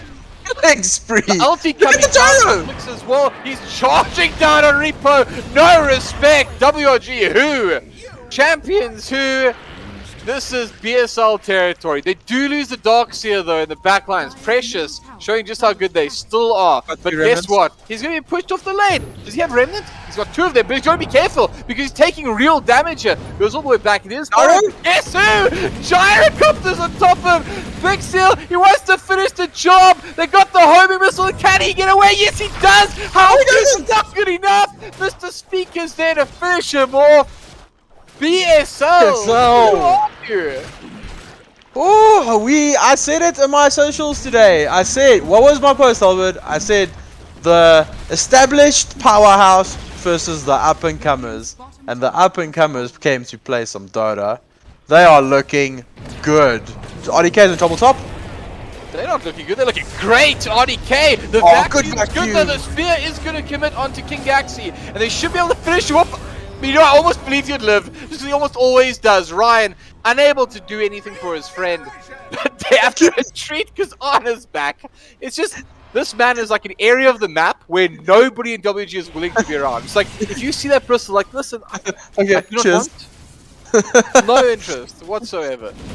And they're going solo crest on this Mid lane, gyrocopter. sorry, Vic, he's caught out here. They're going to commit Mortimer's kiss as well, but that's Killing a spree. defense. I mean, that's a sport gyro. Who cares? It's a killing spree though. It was a killing spree. 400 gold.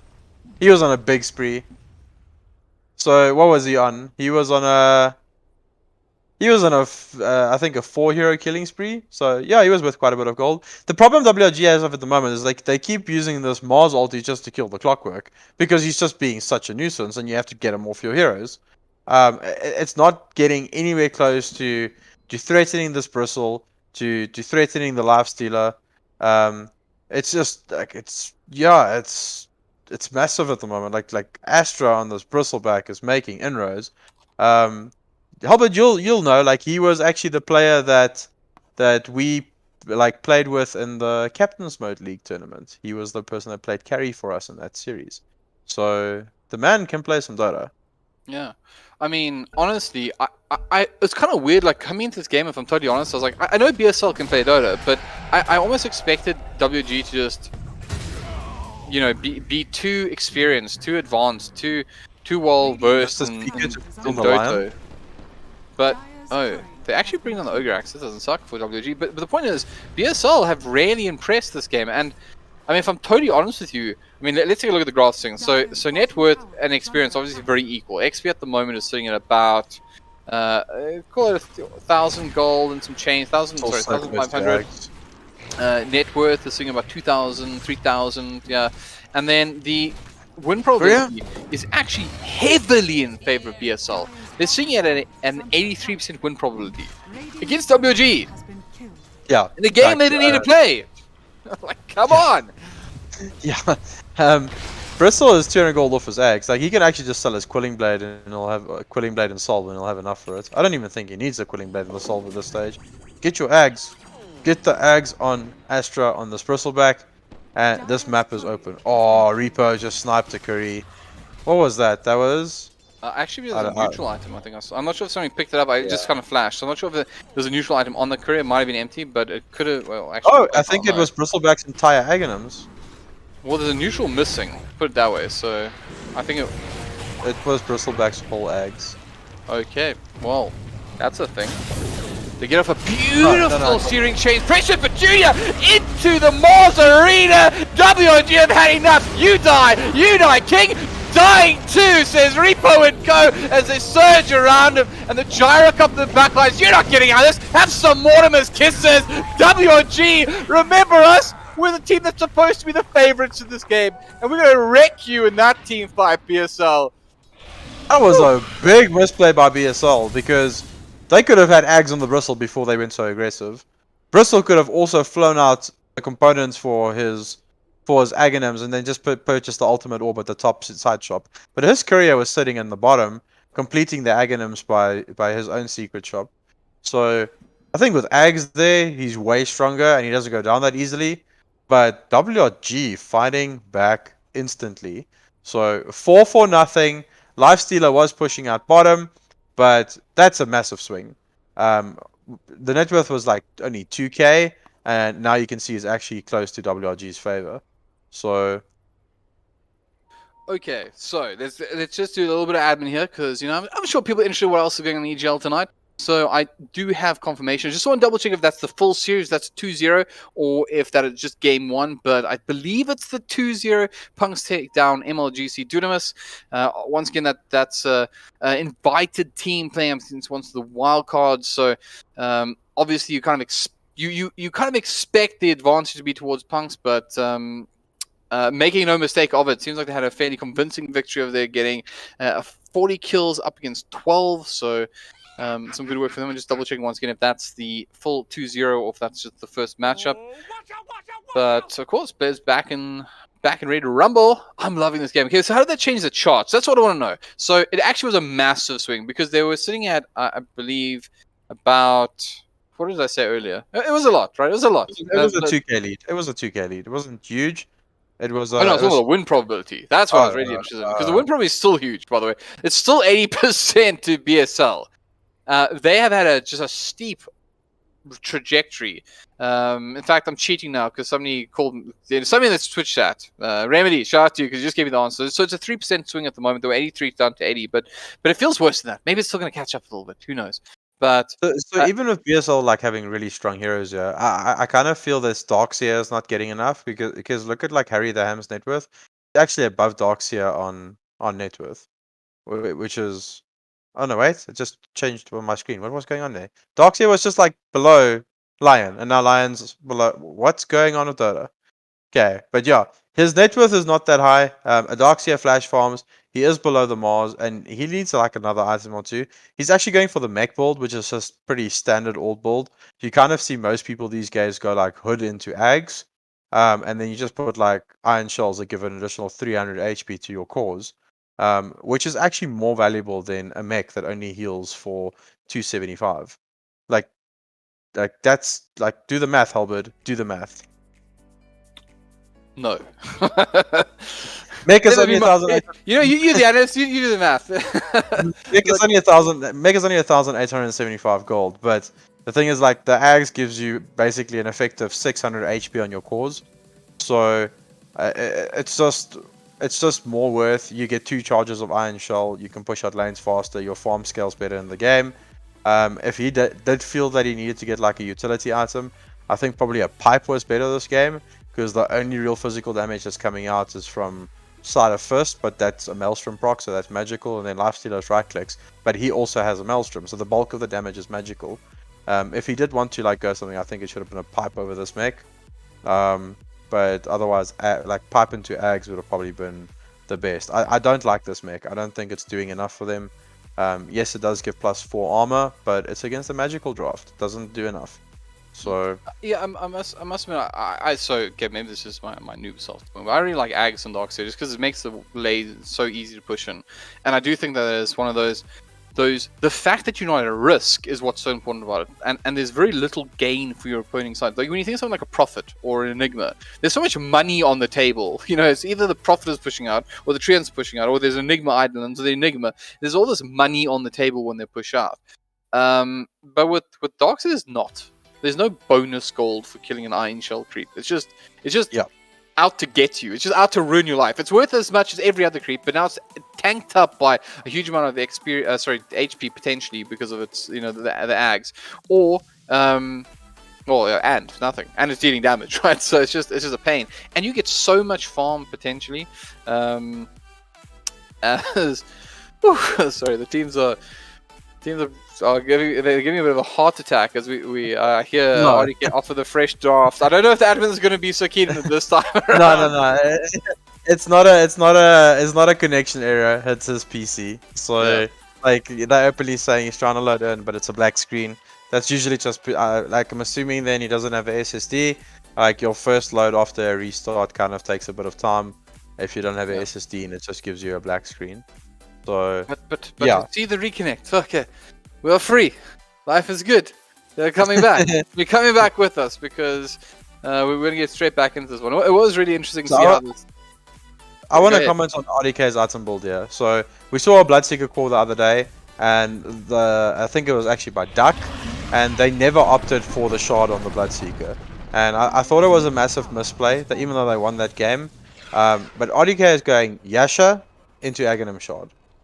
He's got the Yasha already, it's coming in, but he knows that he needs to line up this Aghanim shard with the timer that it becomes available, because it's a massive power spike on Bloodseeker. Like, you do 2% of the target's max health as pure damage, and you get healed for the same amount. So he can like climb into these heroes like Bristleback, like Lifestealer. He can actually fight the Bristle.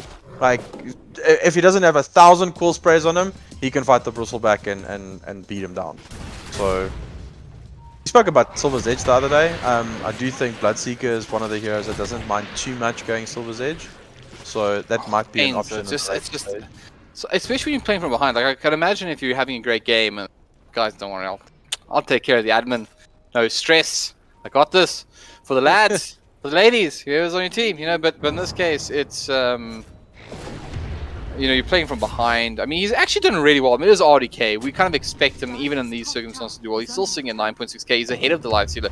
He's not too far off that bristleback. But one thing I want to point out, in that last fight that they did win, as you called out correctly, there was no Aghanim Scepter on Astra. And this it was time just a little around, mistake. He does have it. Yeah. yeah, he does have it. And that was, I would definitely say, against the runner players. So there's definitely the opportunity here for the boys from BSL to certainly take the next team fight. And in a way, I hope that they're not too scared off the fight, because they were in such a I good wanted to say place. the same thing now as well. Well, They we do mustn't that, take as the you said. foot off the gas. Yeah, they mustn't take the foot off the gas now. Like, they are still strong. I do think this bristleback is a complete monster at the moment. Bloodseeker is not ready yet to fight him. Bottom lane, they're going to catch out King Gaxi, and the support's there from Pixel. Can they potentially turn this? They don't have anyone nearby. No, they're just going to give this one up. The finger comes out as well, so they will get a nice little stackaroonie there. But WG are looking healthier. Oh, well, top is a bit of bristleback versus Bloodseeker action. RDK does have the shard, so he is going to do quite a bit of damage to this bristleback. Bristleback is 2,300 HP, so a nice little bit of extra damage there. Oh, they're going on Gyro?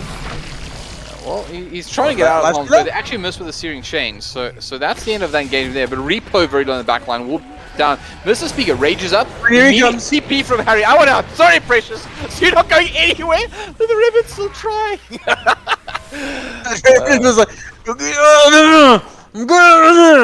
and nothing happens. Like, Astro's bigger. They're going straight to Rose. This is the right call. No Snapfire, no Ember Spirits. Snapfire's back in 20 seconds with the kisses, but I do think they can Roach really fast. Lifestealer's got Deso. Like, lots of minus armor. Like, Iron Shells coming out. Not double Iron Shells, but Iron Shells. I do think Pig still needs to move to the high ground. Yeah, they're pinging it right now. One of the heroes needs... Does he still... He got so close to stealing that. Did you see that blood right pop? I mean, that would have been crazy. I mean, even if you get the Roshan kill, it doesn't suck. King actually wanted to pick a fight mid. I assume it was against the line. Harry instantly tips him. Like, you missed, dude. Like, here we go. Get the tip. I like the Scary right in it. Like, yeah, he sucks.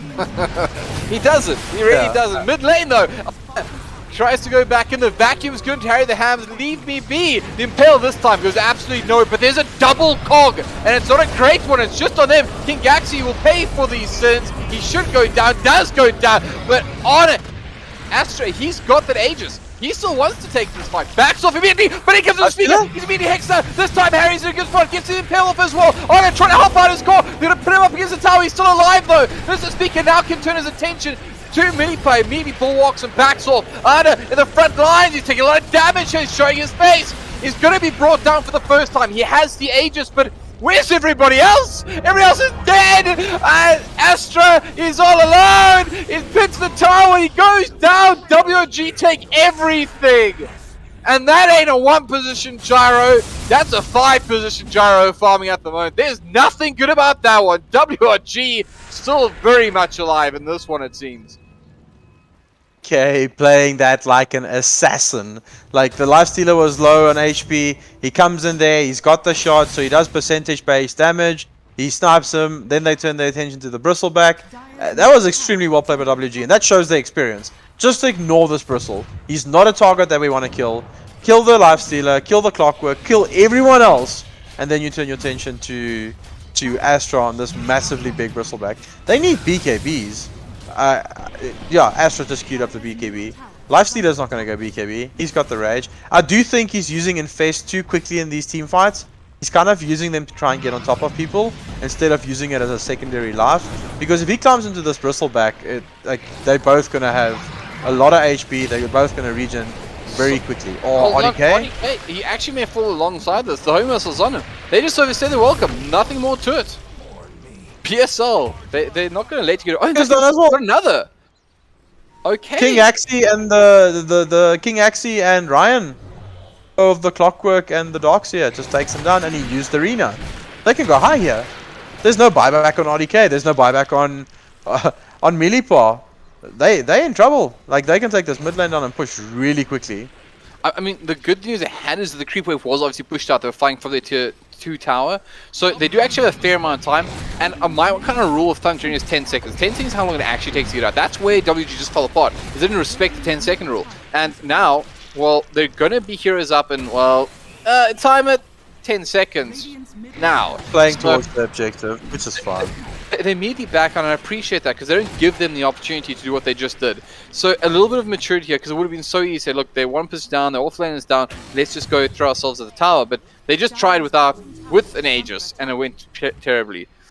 But these little things. I also want to take a look at the side lanes on here. That's going to make you feel good for WG. Yeah, like when teams are pushing out lanes, like I kind of like always feel good about it, because when your side lanes are pushed out, it's very hard for the enemy team to make aggressive movements. Because look how BSL reacted to this. They sent the lifestealer bottom to defend that. The rest of the team, all 4 heroes, has had to run top, like on their side of the river, to push out this lane. And while this is happening, WG has instantly responded and pushed in the mid lane again. So it's kind of like a little musical chairs type of vibe. But you can't turn a Dota game around if your lanes are not pushed out, and WRG is doing that exceptionally well. These chairs hit back. Mortimer goes in. The arena's down from Minipa. It's only on the bristleback. When I say only, he's also the menace on the field at the moment. He wants to pick this fight on the upside. They do have King Gaxi pushed away as well. They're going to impale him, going to connect with the cookie as well. Do they have the finger? Yes, they do. They're just waiting it out. See if there's a bigger top, but the vacuum comes in. Now they're committed, but it wasn't too late. Harry the Hands will go down. Repo in trouble. They do pick up one at the very least, but so their clockwork. They've lost 2 supports for just 1. BSL, this fight's theirs, and they used a couple of the cooldowns as well. I missed it on here. What is that? What are you saying, sir? Look at ODK. He's kind of just hanging on the fringes of these fights, waiting for an opening to go in. Like, he doesn't just run in. He was hiding like around the Roche pit and inside the Roche pit and behind it, waiting for like until his passive kicks in, until the thirst kicks in, and he has some movement speed, and then he comes into these fights. So kind of relying on his team to make it happen, and then he'll come and like be the cleanup crew. So Bottom lane, they're going to actually catch up pressure. Can they control him? Yes, they can! They bring down yet another core. WOG, they have this fantastic little passive play, but it's turning again. And that win probability is still sitting at around about 75% here. They did a good job to bring it back all the way to around about the 40 mark this one, so like 60 or so. But in the end, it's still sitting back at 77. BSL, they're looking great. I don't know why they're not pushing here. I think they should try and force this buyback by Petunia, but Astra is backed away. He probably feels he's really close to BKB. It's just they know they're ahead. They don't want to like throw it now with like a silly high ground fight. Petunia buys back remnants in instantly. There's also new neutrals out, so collecting the neutrals, getting BKB on Bristleback. Lifestealer is not close to anything big at the moment, so it's not necessarily that. But we do see the Aghanims on the Darkseer now. So he didn't finish the Guardian Greaves. He's got the mech. He went into the Aghanims. So the 2 charges, additional HP on these 2 strength heroes is quite it's significant, HellbirD. Well, let's see what happens here as these It's 3 smokes on Pixsteel as well. So they are ready to Okay, notAhero. 27-25. I'm going to throw you into the common position. You're a captain of a team. You know what it's like. So, put you in the driving seat. You're WG's captain right now. What are you telling your teammates? Well, we need a BKB on our Lifestealer before we on our Bloodseeker before we can really like make a massive engagement. Until then, they kind of need to push out their lanes and just try and pick and like prod where they can. The problem is you're not killing this Bristleback. I don't think you're killing this Lifestealer unless you're committing every single one. So you kind of want to find this Gyrocopter, Darkseer, or Clockwork. This Clockwork is pretty tanky, 2,500 HP. So they just kind of need to be poking and prodding, pushing out their lanes. You can see the mid lanes pushed in. That they've cleared already. No one's top at the moment. So they kind of realize that no one's going to be defending this middle tower by WRG. They have to be in our jungle. And by the way that WRG are postured at the moment, you can look, they smoked as well, and the direction that they're moving in is definitely towards the bottom area. Because they see the Bristleback, they know the rest of the team must be in the jungle next to him. Okay, so, with the same question now, we're going to go the other way. Before this Paul leaves us, you're BSL's captain, and you got to tell him what you think. What is the way to, I guess, maintain the momentum? You're still winning, right? Yeah, so I think they need to kind of like play a little bit of a buddy system. Like not be too far away from each other. Your Clockwork needs to kind of be a body because he is very tanky and he keeps having this iron shell thrown onto him. It's 2,500 HP. So they just like scouted the illusion, like a bit of panic there, a bit of rage. But Petunia's prodding here. I mean, adventurous stuff.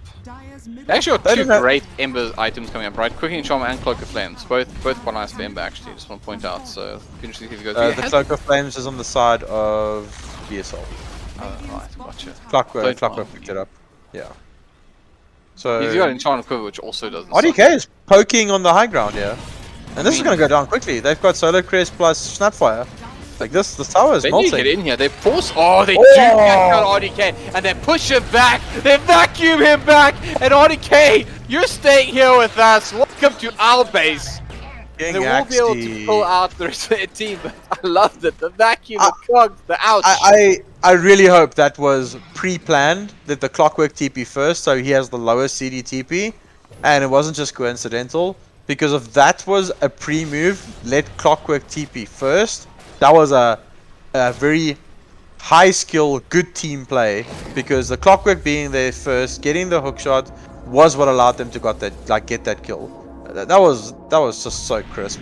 The pushback, like we spoke about it in the first game, play Clockwork like Saxa, do the pushback. Oh, they're rapping here on Lion. Yeah, they are rapping. Precious wants to help out though. They get the Impel and Gyro. They immediately bring it down. We don't want to fight. We just want to kill you. Mr. Speaker though, he wants to fight. The vacuum is good. They're controlling Precious, being by people get out, and does. The vacuum isn't going to result in much. But they do bring down one. But guess who? It's King Yaxi, and he catches out the Ember, and he's trying to survive, but he gets rewarded with the hook shot, with a rocket flare, with a corpse that once was your Ember Spirit. Really pause, nowhere near these fights though. BSL, they're in a great position. They potentially go high ground here. Milipa, what are you doing up there, sir? You don't even get back here. We're here for defense. Like Milipa is nowhere near that. I'm surprised they took that fight without the Mars being anywhere close.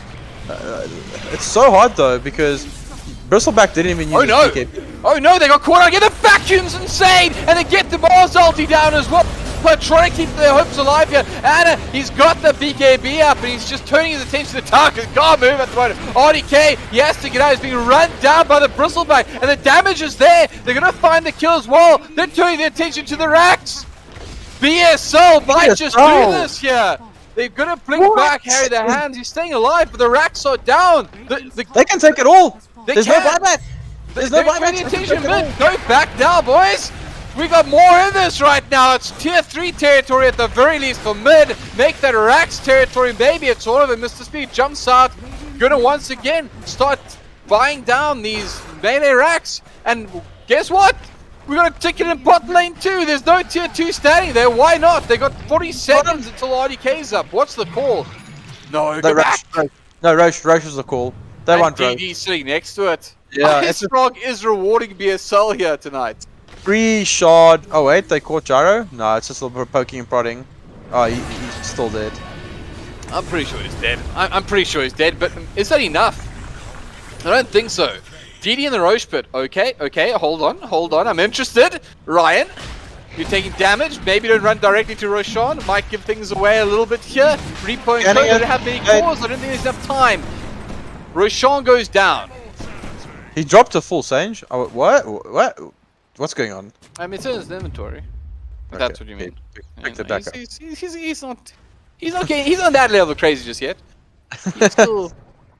I really like the Elven skin that they put on the Bristleback because of the shot on the Bloodseeker.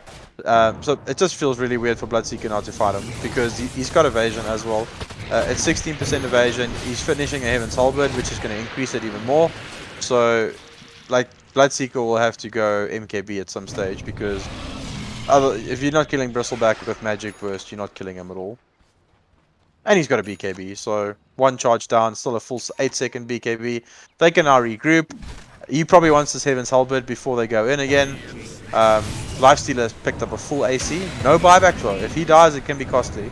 Oh, Petunia? They only have few buybacks in the game. They're going to pick out the Ember Spirit. They connect with the cogs as well. They keep him there. Can he get out? He needs to get out! Get out. Stays alive a little longer, but there's still a little homing missile charging him down. Is that it? Is there anything else? We'll just take the outpost.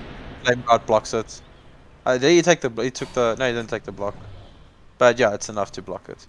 I think he might have died. How much damage does a max max level rocket do? 325 damage, casual. That's pretty nice. This gyrocopter pos 5 has also really worked out for them. It's given them nice team fight presence.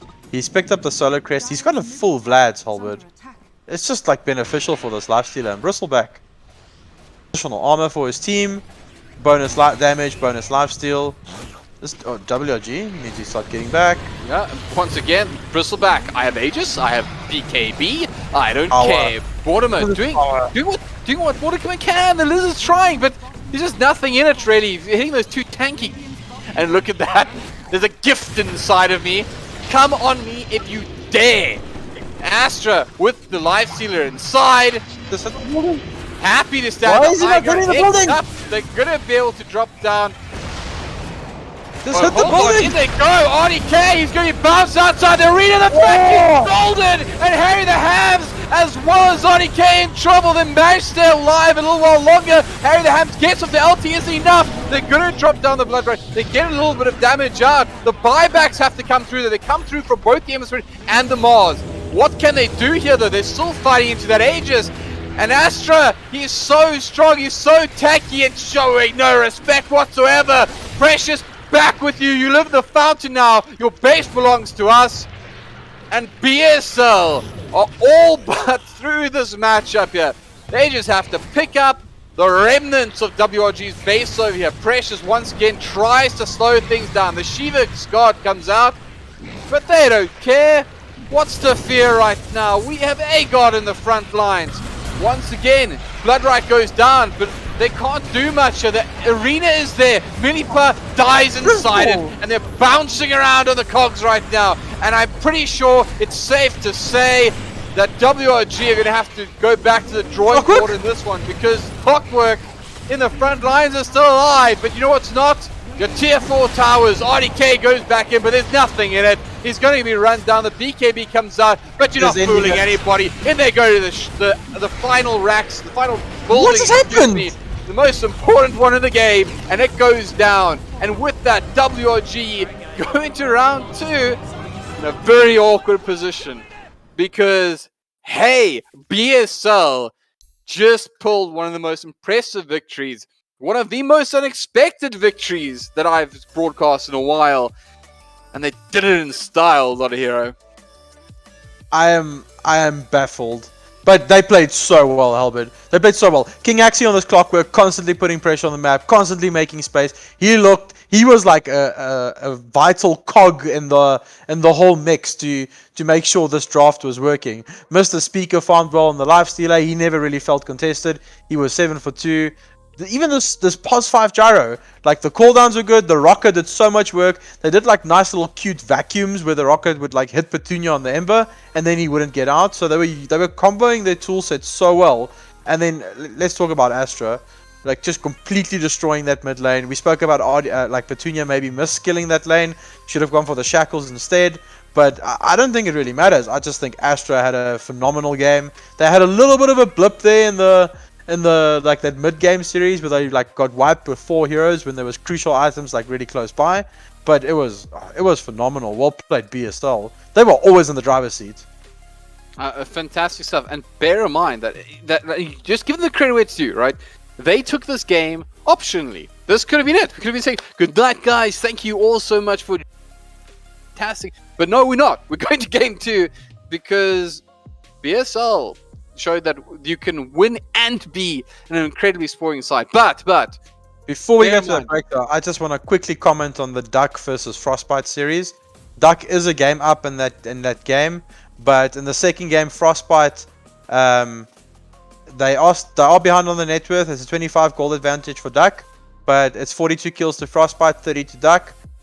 Game 2 going on there, so interesting to see how that's going to end up as well. No, well, we'll keep you updated, but we're going to take a very quick break. We'll be back, give the players an opportunity to reset, give ourselves an opportunity to reset, and then who knows, or we might just bring you the conclusion to this very interesting series, or who knows, maybe we're still in for a game 3. Only the WRG and BSL can decide that, so don't go anywhere, find out alongside us.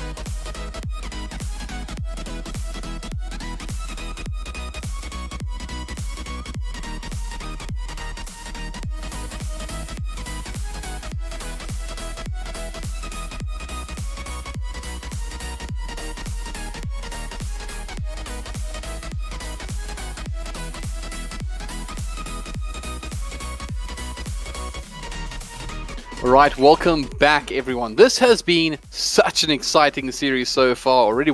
As you can see, we're all ready with our coffee. We're ready to go because BSL and WG are taking each other on one more time. And now, I want to go back in time, give everyone a bit of insight into what exactly has happened, because I think it is worth mentioning one last time.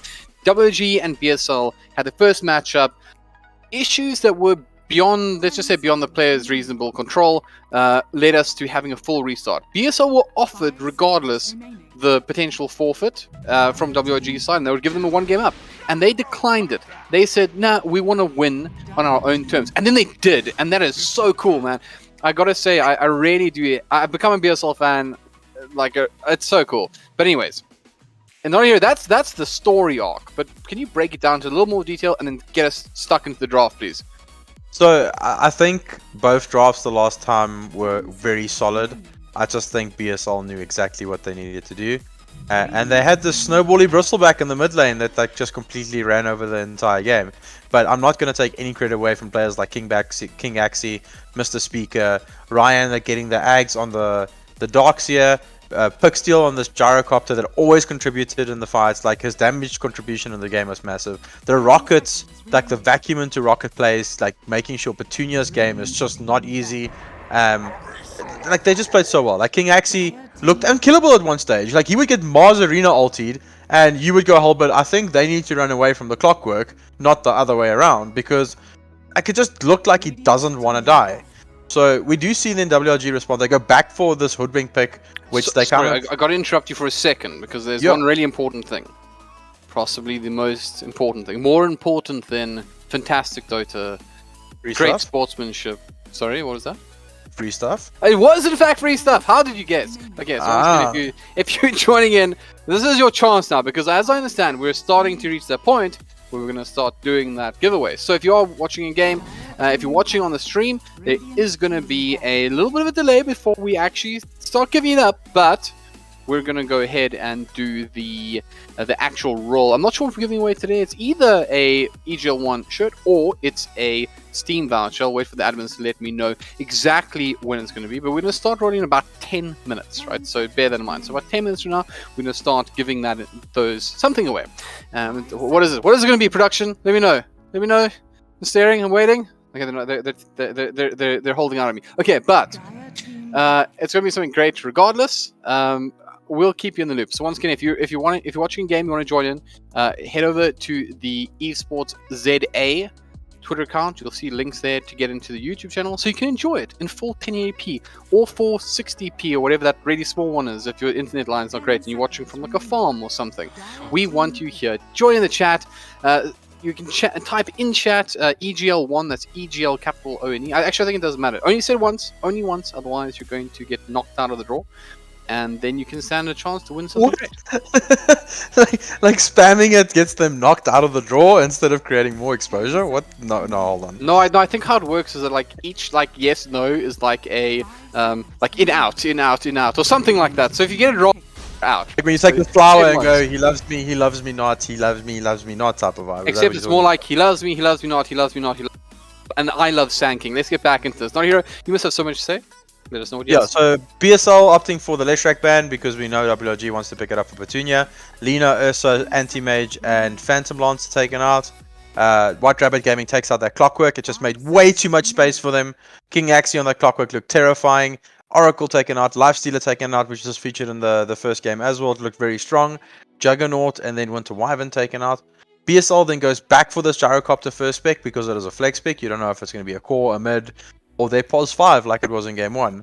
They then do opt to go for the Pit Lord. Why would you not just go for the Darkseer again? I think Darkseer does the same thing Pit Lord does, just better. It's got a better ultimate. It pushes out the lanes just as well. They're probably scared. Oh, they banned the Anti-Mage. I said they're probably scared of an Anti-Mage pick. I'm assuming their offlaner is kind of just like their item buyer. Like the guy that gets the pipe, the guy that gets the mech, defends the towers for as long as possible, and then has a solid contribution at the end of the game. So that's probably when they're picking Underlord. I know they're a team that rates Underlord quite highly.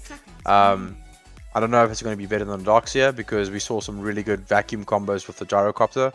But yeah, time will tell. WRG opts for Disruptor, Hoodwink, and Sanking. I like this Hoodwink and Sanking together. They can cause a lot of trouble. Disruptor obviously has a nice teamfight ultimate as well. He is quite good against Underlord. If you hit a glimpse just before the Uber like procs, you can bring some people back. So there is some little bit of counter synergy there. But yeah, interesting. Both teams kind of going for a different segment.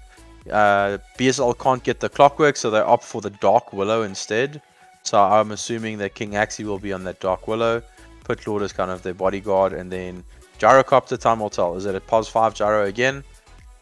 POS 5 Gyro and Dark Willow kind of do the same thing, don't they, HellbirD? Like from a support perspective?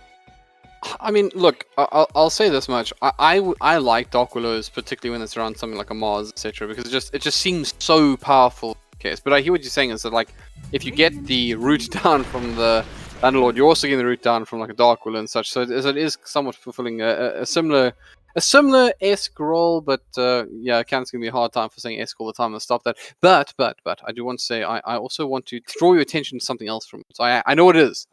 I know what the free stuff is. It's an EGL One shirt. They're really cool, by the way. And this is like a pinky swear.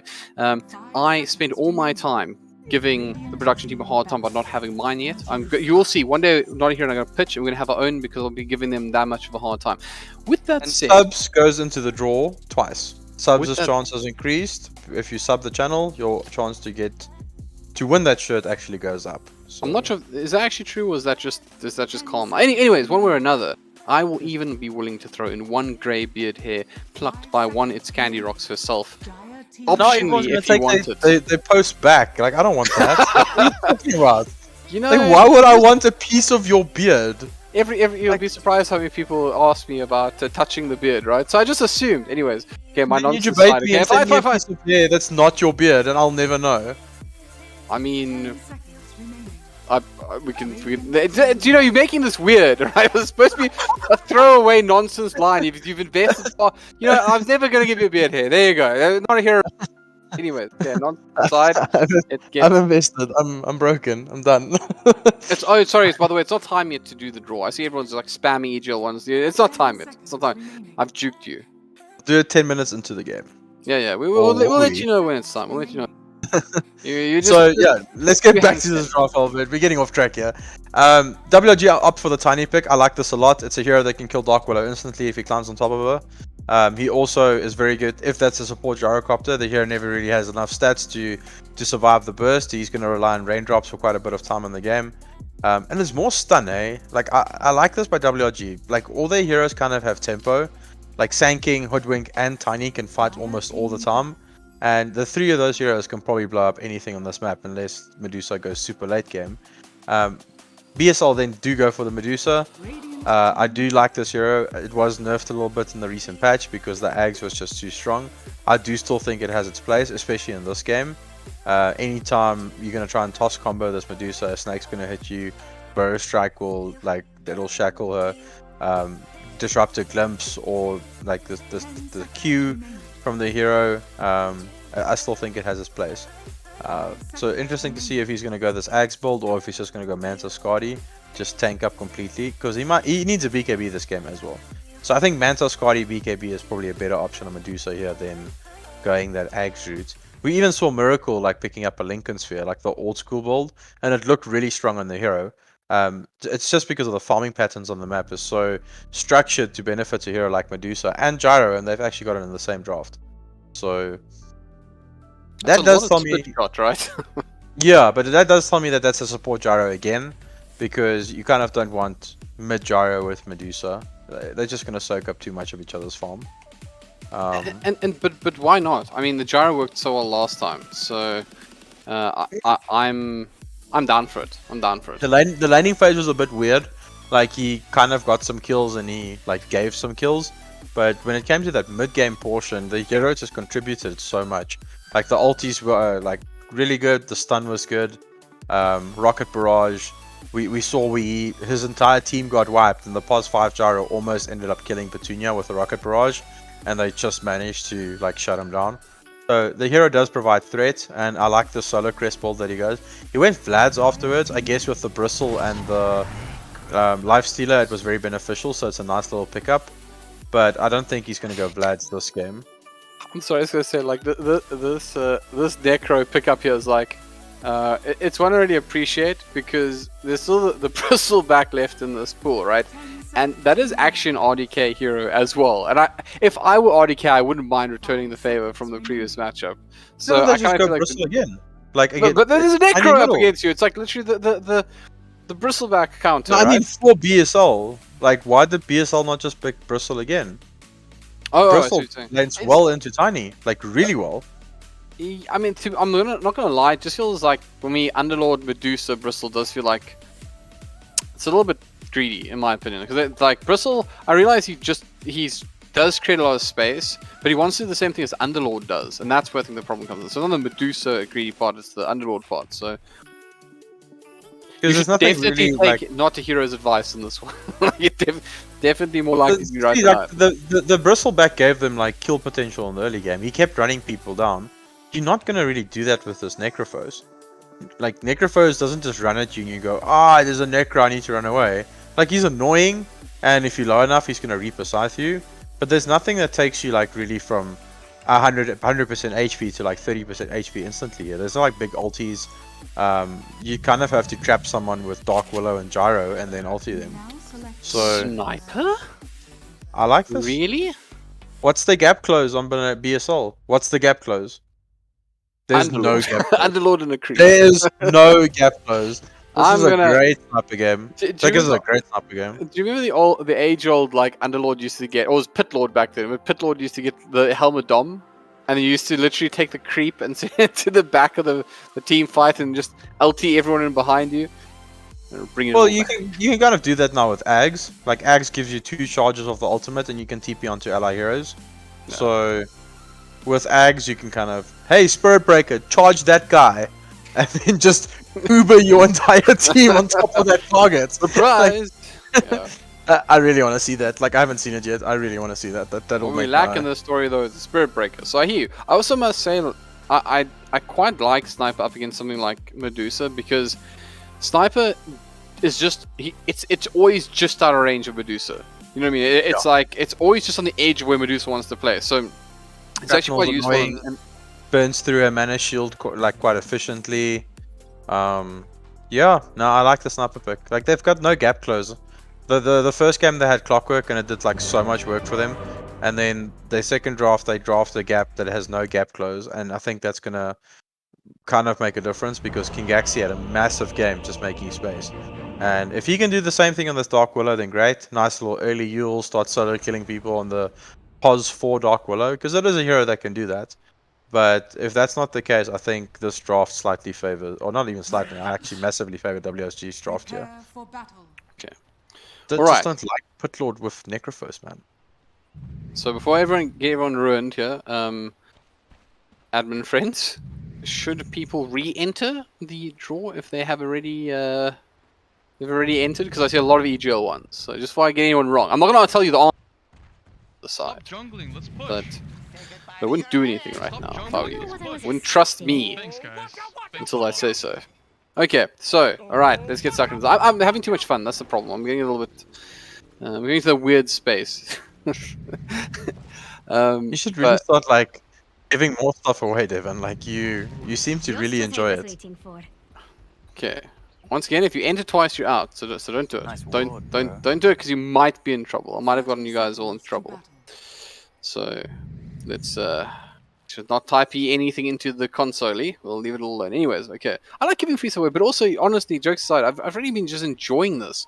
It's been such a fascinating event in total, and this series is living up to it. Every single time we broadcast one of these matches, it feels like we're getting I don't know, just something different, something new, something more to explore. And I think just the hype, bro. Oh wait, middle. Yeah, yeah, he's King, fine. Run away. Yeah, he's gonna be close enough to this tower to survive. Like Disruptor is the hero. Like when I was playing offlane, Disruptor was the hero I hated playing against the most, because he just presses Q and Thunderstrike just does damage to you.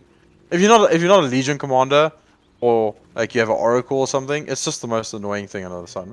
Like it just keeps hitting you and hitting you and hitting you, and you just have to stand there and take it. There's nothing you can do about it. It's horrible.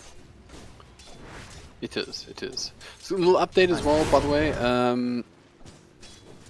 it does look like Punks have just started the Begin game game two. 2. I'm confused though, because I got a result from the last one, so it must be... Yeah, that was game 1. This was game 2. Oh, so this is the game 2 result. Okay, cool. So Punks win 2-0, kind of similar scorelines, but bottom lane. Harry the Hams, is he first blood Reno here?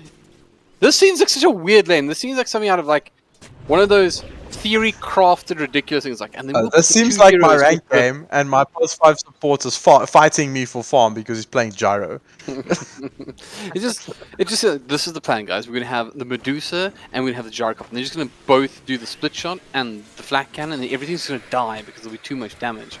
And well, interestingly, they get the stun off, and Pixel in bottom lane is actually taking a lot of damage here, but he does get the support he requires from the Medusa. Worth pointing out as well that she's gone a level in split shot early, so definitely going to be. I mean, surprise, surprise, the Medusa wants to farm. Shock, horror. It is surprising against this lane though. Like a level of mana shield could be value. I know it's obviously a skill point which you don't use frequently, but not having. Oh wait, are we going here? No, Gyro just like backing away. Gyro is actually really good against Hoodwink. Hoodwink's got 560 HP. Like the hero is not tanky. She's elusive, but she's not tanky. And if Gyro hits like a nice little rocket into rocket barrage combo, with Medusa just follows up with a Mystic Snake, it's gonna do quite a bit of damage. You know, sorry, Repo in trouble here, and we do have that last hit. Is it going to be there? It is not because of the heal. Actually, hold on, can Galaxy... Does Repo realize he potentially can turn this?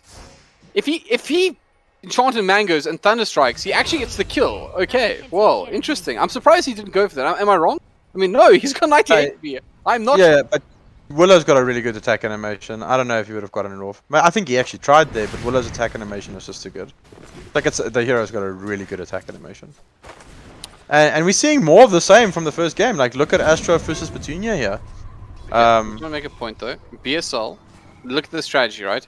You have Ryan on the Underlord, and you have the Dark Willow on King Gaxi. And both of those players root you. So it's a double root to Reno. I'm watching mid, would you? Oh wow. He was on 6 HP. He was on 6 HP, Helbert. Top lane, Reaper in trouble here. RDK trying to bail him out of trouble. King Gaxi actually takes a lot of damage there, but he's going to be able to back off. RDK just shrapneling it up, making sure they can't get off my Repo. Get off my Repo. Is that the line? If WRG had a line in the little like team pack things, it would be get off my Repo. Get off my Repo. The WRG supporters pack is what I don't want to see because RDK is a meme lord. The worst kind. Mr. Speaker, yeah, he's in trouble here, and they got the sandstorm down as well. So Milipa able to make sure of that kill. In fact, goes away with Harry the Hams, but WRG looking, well, you know, they're composed. It looks like they haven't been tilted or anything like that. But yeah, I do. Sorry, go for it. Yeah, that's the problem with not taking a level of mana shield there. If he had a level of mana shield, he would have survived that. Like his mana pool was full. It's quite a significant amount of XP. So, significant amount of damage block. So I actually think he survives that if he had the mana shield over the split shot. But like you said, he opts to take it at level 4. Why take split shot level 1 like early on if you're going to go back for mana shield anyway? I mean, yeah, it does seem like he wants to he just wants to farm, right? Like I mean, I just think he's taking the spell after the fact just to, you know, like learn the lesson kind of thing. But this man just wants to farm, I'm sure of it. Yeah, like, well, their win condition is very much on him. WG does have a sniper, but they don't really have any gap. They've actually caught on Milipa here, but they might be able to turn this one around. Looks like they're not going to go.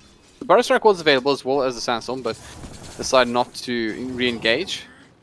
It's just so weird because you go on this Gyro, which is a +5, but he dishes out a lot of damage. Like, he dishes out a lot of damage. Going on him with heroes like Hoodwink is just, if you misplay it, you're gonna die.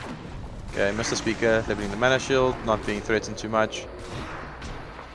What is the skill build on Milipa? 1-2-1 on the Sand King.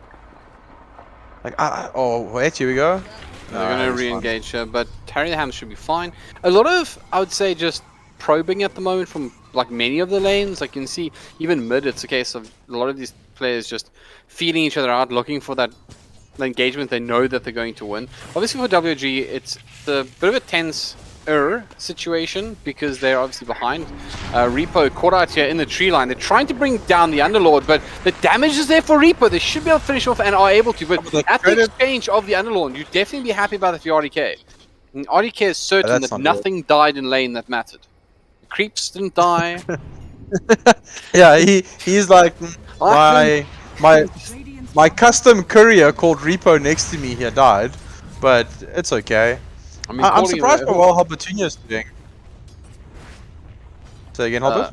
I was gonna say, you're calling him a courier is in RDK's mind, I'm sure it's very kind. You know, couriers have value. It's not so much. I mean, couriers are his friend. Like they bring his rewards to him, but supports just take his XP. Like RDK things, like what? He's gonna flame you after this. You know that you're gonna get a nasty message saying like I value my teammates. Like, what are you talking about? But RDK necros tweets of mine and then doesn't tell me why. So we have an interest. Trust me when I say it's all in good fun between the two of us. Top lane, Ryan in a little bit of trouble. He gets caught up by the Kinetic Field. Look at all the roots, man. It's so ridiculous. The LT from RDK making sure of it. You'll get the kill. Nothing for those filthy supports. Sniper pick, man. 3 levels of shrapnel, and then he went 1-1, which is perfect build for this lane. It's kind of the standard. Oh, and the glimpsing as well. Well, and the Kinetic Field's done. Doesn't actually connect though. A little bit of a misplay. The body blocks are pretty solid. In the end, Repo wants to try and make sure that they don't let this one get away. Look at the damage though. You will survive regardless. In the end, no harm, no foul. Just on the face. Near those. Oh, what do we miss? Got him.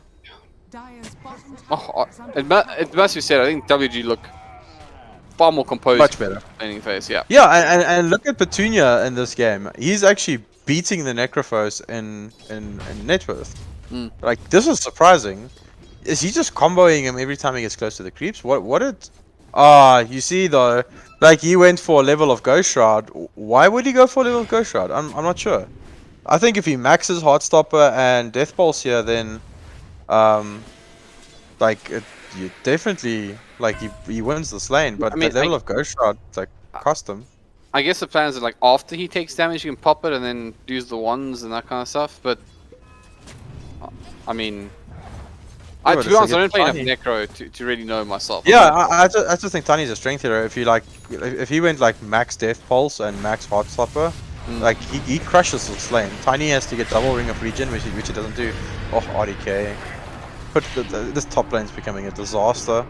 And then it's not over just yet. They're trying to track down this Dark Lord. King Axie in trouble here. Oh, he actually did well. Got away from him for the time being. That assassinate not far cooldown and the shrapnel available. RDK wants the filthy support's getting killed again. I think it's actually only a filthy support when it's his own. When it's an opposing player, then it's the big creep. It's RDK killing the big creep there. I'm pretty sure King Axie is not going to be happy about you calling him the big creep. Well, he definitely got enough love last game to know it's all in good fun. But Mystique in bottom lane, very, very low. It does get the support from Pixel, but Harry wants to finish the job and will be able to do so. Pixel now dancing around the sandstorm. The support comes in from King Axie. They do have a war down as well. So Harry wants out and will do just that. Kill. But in the end, they pick up the gyrocopter as well. So it's pretty good news for them there. They do flip out the Sanking, but I mean, you don't take that if you get the Deucer down as well. As you mentioned, she is the win condition. Right now, not having a great time. We've seen what Deucer can do. Top lane, yeah, Ryan caught out again. Does get the root down, but he's caught in that Kinetic Field. Do they have enough damage? I think they do, just a little bit more. RDK holding on to that assassinate for as long as he could, but unfortunately for him, Ryan was able to just magic stick his way out of trouble. Yeah, that was rough. Harry Dam's kind of stuck bottom. He does have a charge of the scurry, so he's probably going to move out now. But yeah, much better from WRG. Like the lanes are going well. Petunia is 5 gold away from Blink Dagger, and then this game opens up even more. So I'm not sure what the movement is. He's not 5 gold away from Blink Dagger. He's just waiting to create out. They're going to Medusa again. And Mystique in trouble. There is the tanking looming in the background. They're immediately getting the TP support coming from the Gyrocop. They're winding up the Epi. The root is there from the Dark Willow. Is enough to keep her alive. They managed to keep the tanking off them for just long enough. But Harry the Hams is still trying to go to work. And it's enough work. Once again, they trade out. But happy days. You know, once again, if you ask RDK, an offlaner is just the ancient Sorry, creep, stop. so... But yeah, That's like good. this is what I was talking about. Like Astra's running at the sniper Oh, shop. hold on, look at There's the no back line. damage. Precious is in the back line here. They're going to toss out the ulti onto RDK. It's not enough to kill him in the effect, so unfortunately for them, it does mean that they're not going to get the timer bonus, but Precious Jr. brings down the Underlord, and he wants to finish the job on Anna. Anna actually still stands around. He gets a huge amount of regen. They're going to drop the disrupt the ulti on him, but Anna's still running this down. We'll get the kill, and of course, that regen just kicks in again, so no problem. Life's good. I'm going to farm this creep wave even. Good little play there by Astra. He made the best of that haste rune. Like we said, the Willow also goes down like on the other side of the map, but they just don't have that burst to kind of like secure the initial fight. It's really weird. But HellbirD, we are getting like a little voice in the side of our ear here to do a certain thing that, like the thing that you need to do. But with the free thing. stuff thing. Okay, fine. Yeah. So if you have said EGL one, please do not say EGL one again, because if you say EGL one again, you'll be removed. And if it happens, I'm going to laugh at you, and I will send you a cat meme on Twitter. But you will not be getting any nice prizes. If you have not yet said EGL1 in chat, please say it now. And since it can happen in any kind of casing, I encourage you to be inventive. But yeah, now's your chance to do it. We'll call the winner very, very soon. So toss it in the chat, and we'll shout when it's time to give away one of those shirts. And I'm serious, they're really cool shirts. So, you know, get one. Go send us a Twitter photo of you in your EGL1 shirt. It'll be cool. Beard hairs sold separately. Oh wait, no. Hold on. A winner has actually been rolled, HellbirD. What? It just came through now. Yeah, a winner was actually rolled. Like, competition is closed, gents. Ladies and gents, the competition is donezo. And are you going to do the honors, HellbirD? You know, I think since I've vested stuff enough already, you can do. So we've actually got one of the XD boys that won the competition. So congratulations to Remedy. He has won, so please sub. We'll get a hold of you after the game and get all the details, etc, etc. Congratulations, but please look at mid lane. Mid lane is more important right now. Mid lane? He's down, and it's still standing! He's gonna finally be brought down. Everything was on him. He had to harry the hands. That's where you are, okay? It was just farming, just ready to kill the super creep. Quick, congratulations to Remedy. You won the shirt. Well done, my dude. Catch us after the game, and we'll get the details. Remedy from XT, well done. All right, well. Back to this intense game. It's only a 1k difference. I'm very surprised to see that. Medusa is obviously going to get like a little bit of a spike. She is starting to farm Ancients already. Close to that Yasha, like 400 gold away, 500 gold away. Ryan is having a really rough game. But this is kind of pit lord things. If your lane goes horrible, you just kind of feel like this walking firestorm, and that's kind of all you are. They're going on bottom. They're re-engaging to Ryan. He's going to be pinned up against the tree line for a bit, but he's back on the tower. I don't think they're going to invest in that chase just yet. All tier 1 still standing, 13 minutes in. Like, this was a weird trademark. Like, we usually see, like, teams push on the 10-minute catapult spawns to try and get tower downs. Yeah, so, like, 13 minutes in, tower still being up. It's kind of like at a stalemate at the moment. Like, both teams playing cautiously. Like, Astra is definitely pushing his advantage on this Necrophos. Trying to lane, Repo in trouble here. You'll be brought down. HellbirDza's trying to get something out of it. Actually connected with Yelty on the back line to Gyrocopter, but that wasn't enough damage nearly to bring down the sharpshooters. So looks like they'll just have to trade it out. They lose just their support, and it's a fairly hefty investment. I mean, 3 players down here to make it happen for sport. You're okay with that if you're a WRG. They're keeping their tower. I hear Sanking ulti.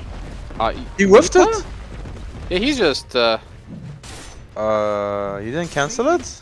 Yeah, that was a bit of a yikes. 2 minutes that's going to cost you. We are putting that into the highlight clips. That's all I'm saying. Well, he's angrily burrow striking Astra. He's just, you'll see. I'll burrow strike you. I got this. Look at the damage. Like, Precious goes in onto this Necro, and sure, you get off your full combo. But look at the HP difference. Look who lost out on that. In fact, even though Precious had such a good start, this Necro is looking really strong, actually. Yeah, he's got the Hood of Defiance up, so he's really tanky, and he's got multiple levels of Heartstopper aura. So, like, it's just doing quite a bit. Oh, TDK. Just messing with Mr. Speaker. Like, he is huge. Dragon Lance, Maelstrom on the sniper. He's going straight for the Mjolnir. Middle? Petunia? Catch out Petunia again, and Reaper trying to back up his buddy, but unfortunately not enough damage out there to save him. And even the I was going to say even the Gyro gets out of this one alive, but Harry the Hand, nice sharpshooter shot.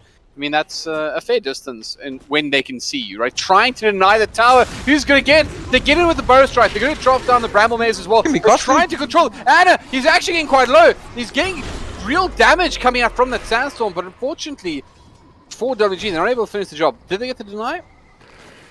Yeah, they got the deny. That stun from the Sanking allowed them to get the deny. It's still tower pressure. It's still map pressure. So the map opens up a little bit more for BSL now. You see BSL only has lost their offlane tower, so they kind of like they've got a bit of an edge. I would like to see them like move 4 heroes to this top lane now. Pitlord can just defend this bottom, like that's kind of his job at the moment.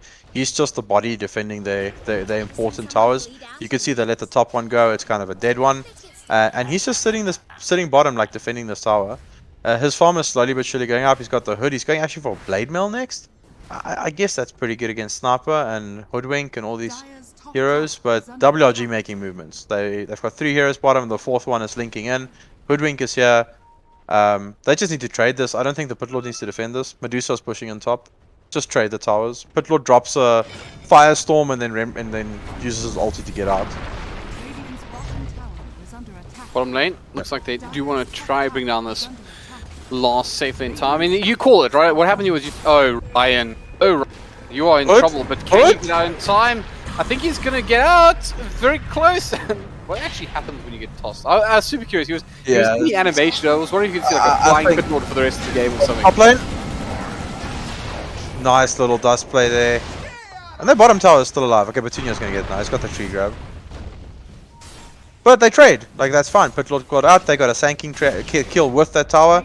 So they are trading efficiently. The Pitlord got out. BSL making nice little movements. Like, it's structured play. I like it a lot. They're picking their fights properly. They're defending the towers with the Pitlord efficiently. But RDK, like, look at his range. He's got the Hyperstone, Hellbird. He's got Mjolnir. Yeah, the heights. He's a full Mjolnir now. Yeah, like he is ready to. And they don't have gap close. We spoke about this in the drafting phase. If there is a hero that's going to give them trouble in this game, is the Sniper. Oh, well, about this. I mean, here's how you can gap close potentially. Just stand right on top of him. Press Tuning comes in there, and that is a lot of damage. But this man is just not dying. He still stands ground. Out comes the Dark Will ulti into the pit, into the roots. They finish RDK off, and they're going to get more out of the deal as well. They get Press Tuning down as well. They drop down the ulti. Minipa, he's interested, but hey, guess what? No Sanking ulti available. He's going to have to watch his cause die. Astra! Extra big boy play! Yo! He put his big boy pants on and just like, okay, well, the Sniper's got a full Mjolnir. Like, I don't care. Just gonna run at him. And it paid off. Like, it paid off. Like, he is looking like he knows the limits of these heroes he's playing. Like, the Bristleback, obviously, limits are a bit, like, easier. But this Necrophos, he got comboed by the Tiny. Other players would have ran away. He was like, nope, I'm gonna go for this kill, and if I get it, I'm gonna survive. And that's exactly what happened. That was a huge kill. And it's a death timer bonus as well. Look at RDK's death. Like, still dead for 28 seconds. Look, let's be honest here. This is a player that is worth watching. I mean, all credit to the rest of the team. Dota is a 5-man game, but Astra has been particularly good. He's been a pillar. He's been like a cornerstone of like what's making them tick. And a lot of their movements is based off how his aggression on the map. And they're reacting well to it. Like, they're doing like very well to play around it. Bottom lane looks like they want to put pressure on. They're doing a lot of damage. Harry the Ham's able to just get out of harm's way with Bushwhack, but Scurry. This is not an important tower. They shouldn't overcommit for this. Medusa is freely farming. No one's contesting her really. What is he going next? He's got a javelin, but he's got an ultimate orb queued up as well. Is that just a casual javelin? Did he want to go Maelstrom? I'm not sure. Oh, WLG smoked up. Yeah, they're invading their opponent's jungle. They're on the 20-minute mark as well, so they did have the Shade of Night, but in they go. They get caught out immediately by the Doppel. The maze is down, but the Kinetic Field down too. The ulti's there from both. They managed to catch out two with the Cursed Crown, and they're doing a lot of work onto both Harry the Hams and Repo. But in the back lines, RDK comes into clean things up. However, he is so low. The ulti comes up from guess who? Astra. And now they're chasing down the Tiny. Tiny trying to get out. Beautiful double burrow strike comes in from Minipa. They need to control him, but this Necro is just on full HP. What fight? What team fight?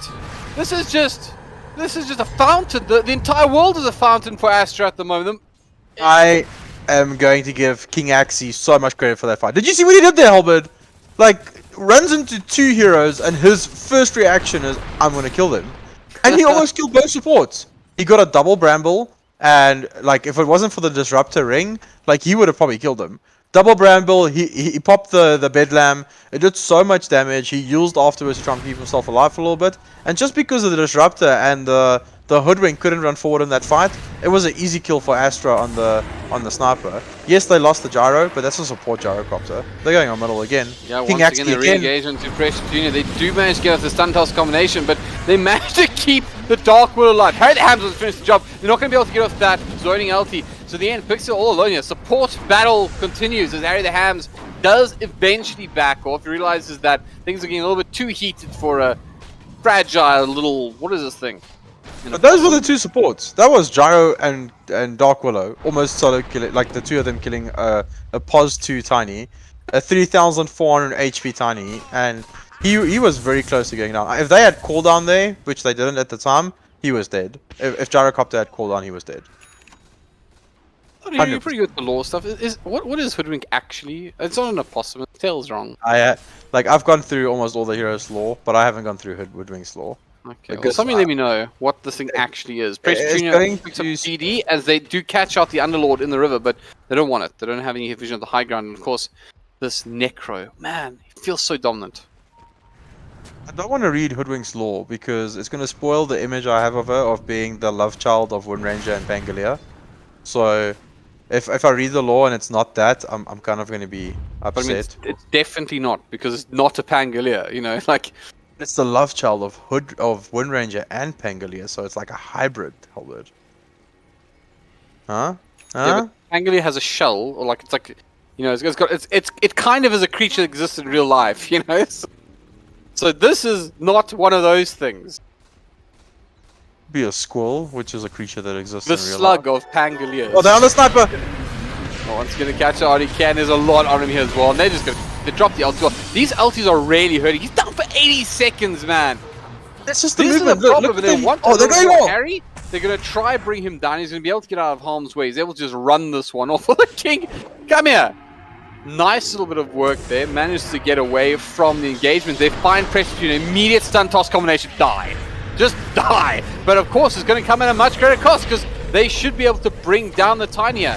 And surprise, surprise, they do. There haven't been any answers. And this is pretty much all in the back of the Necro. Let's be fair. Sure, there's other spells coming, etc. But it's the Necro. Medusa has not joined a single fight. Like, Medusa has not joined a single fight, and RDK has died 3 times in a row. But it was just that rap. Almost a full Ags as well now, by the way. Yeah, the rap was so good because WRG did the same thing, like rapping towards their sniper, thinking that he was safe, and BS Ult is kind of like catching him completely by himself, isolated, because his team, he was kind of the bait, and he was just too far away from his team. Sanking. Bottom lane, they're going to catch out one, and that's useful. But can they finish the job on this Necro? He's just walking out, and in comes the Express. They're going to be able to catch him up the Connect Shield, but he just wants to close to his friend and say goodbye. It goes back to the fountain. There was no glimpse. Glimpse was used prior. If he had glimpse, that could have been a little bit of a cute play. But yeah, they're looking really good. This tiny pick, like, he went dataless next item. He wants to do damage. Oh, crystallis. They've caught out the Dark Will again. Once again, it's the Shadow Realm used, but being controlled will get glimpse back. Oh, that was a cute play. Glimpse back into the sharpshooter. Doesn't hurt. Does not hurt. And the kill goes to RDK. Like, he is still good on the net worth, but it was needed. Like, he had a Dragonlance Mjolnir, like, super early. I think it was, like, what, 14, 15 minutes? Now he's got the Hurricane Pike. He's a bit more mobile. And he's going a full damage build here. They're going to need, like, some additional armor and stuff soon to kind of deal with this. Lord does have the Hood of Defiance, so I guess he can take that into a pipe to negate some of this Mjolnir damage. But what is Necro going next? Oh, look at his items, Halberd. Blink, Kaya, and Sanj. Sanj was nerfed, but on Necrophos, it still feels so good. 22% like HP and lifesteal amp. Like that is. I actually kind of feel like this item was made with Necro in mind. Like somebody was like, you know, what would be great for Necro? Kai and Sanjo. You know, like that's the way to go. I just want to take a quick look at the graphs, by the way, because it has been up and, back and forth game at the moment. We're still seeing. Oh, I'm not allowed to talk. Brandy bottom lane. They're going to catch out the Dark Willow again. And the defensive heals does come out, buys a little bit of time, and in fact buys enough time. That does mean they're not going to over-invest for this, but guess what? In comes guess who, and they're going to commit the ulti from the Dark Willow, but a nice blink comes out from Mini. But RDK though, he's actually very forward on this. You don't want to be forward in these situations as a sniper. You want to be on the back lines, nice and safe. Astra is in a little bit of trouble here, trying to back off at the moment, and this might be enough damage to bring down the big man, and that is a huge kill, and in they go, they're one more. King Axie, you started this, well you're going to get finished with it. Does get the defensive heals off again, dealing some damage, but in the end they pick up both. WLG fighting back. Oh, look at Hoodwink. Oh, missed it. Well, Goodwin actually might be in a bit of trouble here. Will get caught up by the homing missile, but able to just scurry back into the tree line. And Precious Petunia picks up what had happened with the toss and the glimpse. So they're going to pick up a couple. It really does show when WG come alive, they really come alive. It is time for this Medusa to start joining these fights. I know he's like completely free farming, but it is time for him to start like joining. Oh, they're hunting him top. Oh, they're going to catch him out. Yes, they are. Once again, WG find a big pick, and guess what? They're all around. They do manage to get off the ulti, but it's not going to be enough to save Mr. Speaker. Yeah, like this is time for Mr. Speaker to start joining his team. If he was bottom, that engagement like might have gone different. Like he can use the stone engage to zone the sniper. The Necrophos stays alive for much longer, and he is big. Like he is very big. Like he wants to probably get the Scotty as quick as possible, but he can start joining this team. And WLG is straight into the Roche pit, like straight in. As well. They know this is happening. They're beelining it at the moment, but are they going to get there in time? They might just. The teams are converging. Oh man, do I love my Roche fight. Is it going to happen? I don't think so. Maybe right on the dime. They pick it up and they're committed to this one. They're on the back lines. Minipa will catch up the gyrocopter. He's channeling the Epi as well. It's not a great one because it's only on the gyro, but it doesn't hurt to pick up the support early on in the fight. King, he's in that fight as well. In comes Precious, going to use a stun cost combination. It hits nothing but net.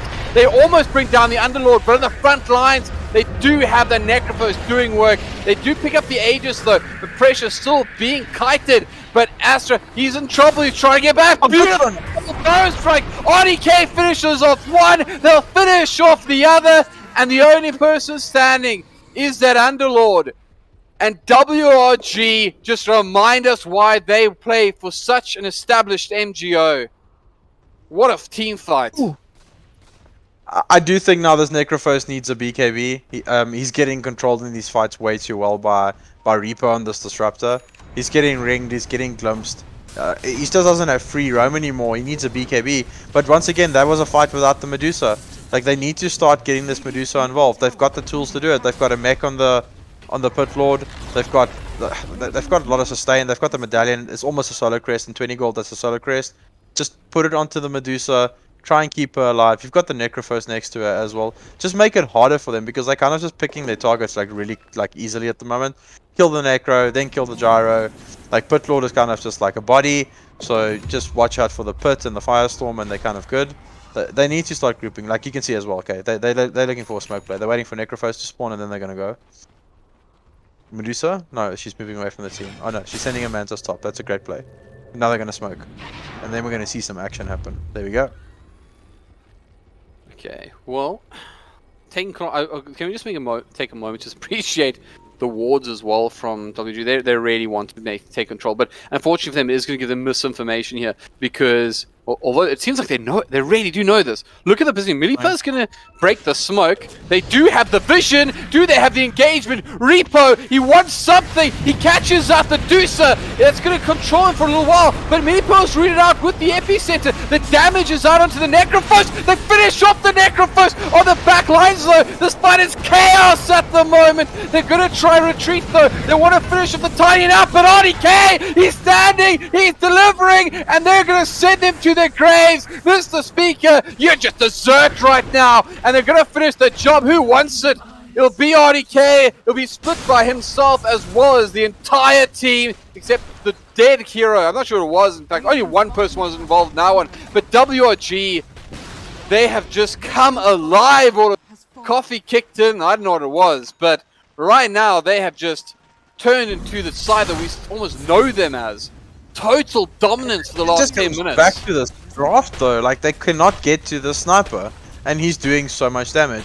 But WRG are playing this extremely well. Disruptor is in front, Hoodwink is in front, the Sanking and Tiny are kind of like bodyguards for him, and the sniper just keeps right-clicking and right-clicking and right-clicking in these fights. They lost the Necrophos instantly in that fight, and without him, he's a big chunk of their net worth. Like he needs to be able to get onto the targets that he wants to.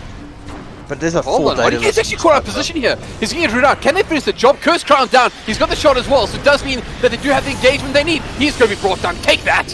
Enough of you! The big creep strikes back. 22 seconds. In 22 seconds. That's a long death. He does a buyback, but it's a big death timer. We'll send him an email, and we'll let him know when he can rejoin the Dota game, because that is a while. Go to the bathroom, make some coffee, RDK. Like, come back in a bit. Your team will pause if you need to buy back. Like, cause that's what's kind of going on here. So it's a nice fight back by BSL again. It's only 11k. Like one big team fight from them, and they're good. But the net worth on the sniper is climbing. It's 20k at the moment. Medusa is actually 5k behind him. Those 2 deaths of her like costing a bit. Is approaching Scotty territory, which is going to help. But a while back, I saw Miracle do a Blink Dagger Medusa. And I actually think he needs to do that this game. After Scotty, I think he needs to go Blink BKB. Get rid of that Javelin, make it a Blink Dagger, or a BKB. Get rid of the one for the other spot. And you just Blink BKB onto the sniper and hit him with the Scotty the whole time. Can you even get to that? I mean, I hear you, but like, how do you even get there? It seems so hard when you're running through this just wall of things that want to get on top of you. Both the Tiny as well as the Sanking. They're just waiting for an opportunity to you to run at them. So I hear you. If we were in a puppy together, trust me, I would do exactly what you're telling me. But it seems so much easier said than done. Maybe like the Tiny and the Sanking does nothing to him. Like he can just run into these fights. So probably Scotty BKB, and then if it gets later territory, you can go like Blink into Swift Blink, which is pretty good on Medusa. You can even go Strength Blink on Medusa. That actually sounds disgusting. Like, how tanky is she going to be? Like, Strength Blink Medusa? Like, I like that. I want to try that stuff. Are they going to smoke again and go again? They should just calm down. Like, Medusa is so close to Scotty. Sorry, I just want to draw your attention to the fact that RDK is only now spawned. How much we've spoken. You know what happened in the game? RDK is like, I'm gonna hit them creeps now. I'm coming back to the game. Allowed to play Dota again. There's 2 minutes of farming. But look how significant that is, HellbirD. When he died, Medusa was 5k behind him. It was a 2-minute death timer. Now Medusa's only like 3k behind. Well, think about it, right? We're 33 minutes into the game. Okay, so it's like 7% of the Dota game that he just missed because of that ulti. Like, absurd. Bottom lane. Capping in. Tiny in a little bit of trouble here. The Burrow strike comes through and 2. The root comes down. In comes the Necro. They're going to bring down the first 3 plus to life. Beautiful epicenter. Ryan one side. You're not going anywhere. Sharpshooter going to connect. And this time around, it's Tiny's turn to miss 7% of the game. Yeah, it's a little bit of a mini win for BSL there. I know they lost 3 heroes for just the Tiny, but Medusa's alive. Oh wait! Oh, that long-range barrow strike. Minipa did connect and actually forced out the LT. The body blocks are there, but unfortunately with that LT up, very challenging to do. So Minipa's gonna have to give that one up. And in the end, okay, well Harry, it appears you have taken up residency on the other side of the map. Yeah, they don't want to use buybacks here. Pitlord has it like 30 seconds, he's up. The towers aren't being threatened yet, so that was kind of maybe just like a force if I can get someone to buyback play. And Pitlord actually buys out for items, so now he doesn't have buyback anymore. I guess he's just spawning in 16 seconds. What's his buyback at? 1,000. Still significant. If they go down now again, he doesn't have buyback. What is the buyback status on these heroes, HellbirD? I mean, at the moment, there's only 2 in the game. There's just the Rat, Squirrel, Armadillo, Pangoleo, Love Child, whatever it is, and Dark Willow that currently have buybacks. But there are a couple. Gyrocopter's very close as well. It's probably the big one on the map. It's actually RDK. It's still full 1,800, and at that net worth, it's actually hard to farm it. Like, you don't just kill that many creeps. You actually suffer to make up that kind of money. Repo mid lane going to be caught up by the Astra Necro, and he's going to try to slow things down, but RDK is there. Leave my creep alone. He wants to bring down the Necro. That's exactly what he'll do. Repo gets support as well as Minipa goes in with the Burrow Strike, and they're going to connect onto the Medusa, and there's so little left, but a beautiful save actually comes in from Ryan Zunderlord. But in the end, they lose some big names, and right now they just don't seem to have an answer for this RDK sniper. Like, even if Necrophos gets on top of him, he's not scared. The moment Ghost Shroud like wears out, he's just food for him. So I don't know, maybe he needs to get like Shard or something. Oh wait, they're going on the Medusa. Again, Pika caught out here. He's actually doing a fair amount of damage, but he's brought back with a glimpse. He's out of mana. He's trying to bring down Minipa. Minipa managed to just scuttle away onto the sideline, but in comes the Necro. But he's just deleted by Precious Petunia that time around. Yeah. Have a sharpshooter as well. Repo, though, caught up by the Bramble Maze. Ryan and Co, they're trying to get on top of him, but they aren't able to do so. They're scared to go into that sniper, and of course they are. RDK is just... They need BKBs.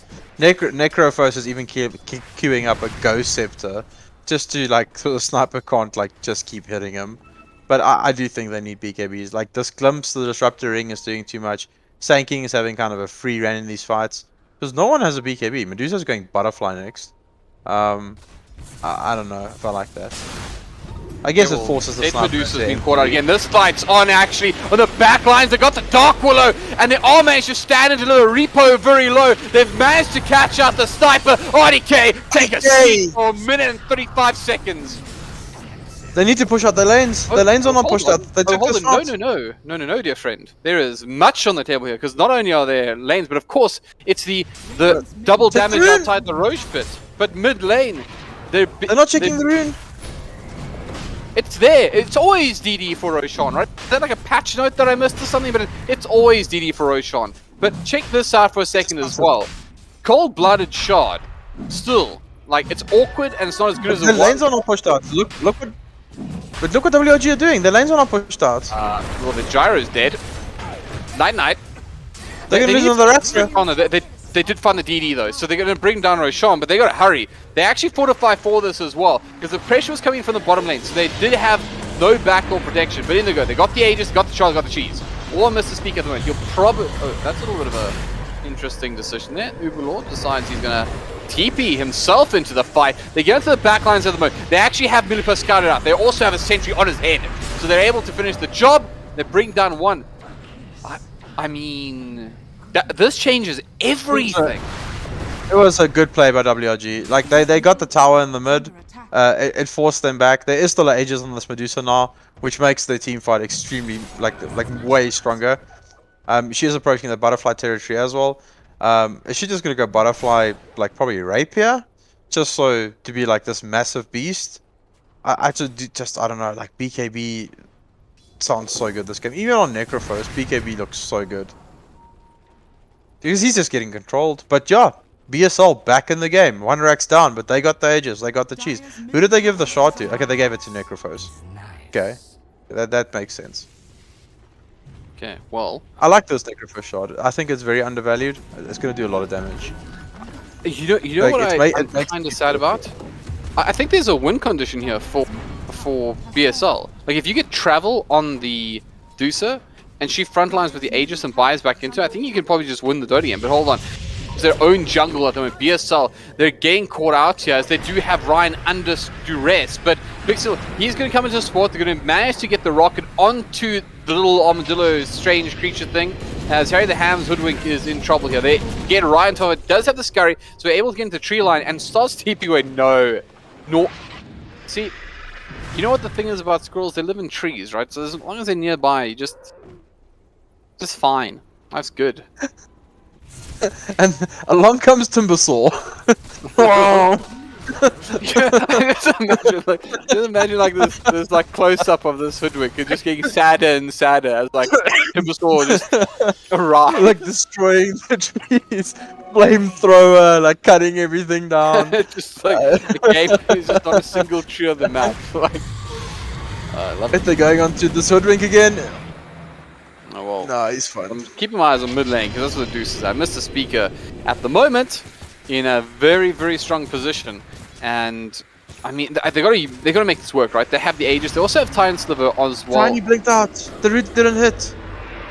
Tiny's actually into backup. Tiny's getting real backup! The Barrow Strike on 2. They almost bring down the Dark Lord. Defensive Heals comes up. They're going to root up the Sankey. They want to bring down Milipa, but they lose the Dark Lord. Once again, Barrow Strike goes back onto 2 of them. But Astra does have his number. Does he commit the ulti? Yes, he does. Is it enough? Yes, it is. And Precious Petunia does manage to get the stun toss combination, but guess what? He's just loaded up at the moment. Sharpshooter commit to the Sniper, and they don't match, excuse me, from the onto the Necro.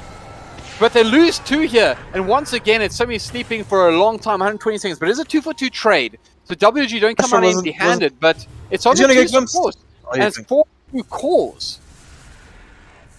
Ooh, Astra was so close to getting glimpsed there. Sorry, I was just looking at glimpse, like they wanted it.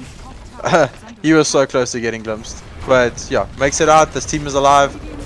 Oh wow, that's close. RDK's Blink Dagger coming in handy there. He blinks away from the Necro. Who's got the Aegis here? Who's got the core standing? I don't understand. Like, it's the 2 supports and RDK like, we're gonna push you. We'll do it again. And like, but look at their base. They're not pushing it. Their lanes are not pushed out. Like, they're struggling with the scatterpulls and stuff pushing into their base the whole time. They have to push out the spot lane, and there's still a tier 1 up there as well, which they can actually just backdoor with almost any of the heroes at the moment. So they need to get this lane out, and that tier 1 is causing a lot of problems. Like, I did speak about it being a dead tower, but this tower being alive at the moment with the lane of racks being taken there, the creeps are just constantly being pushed in.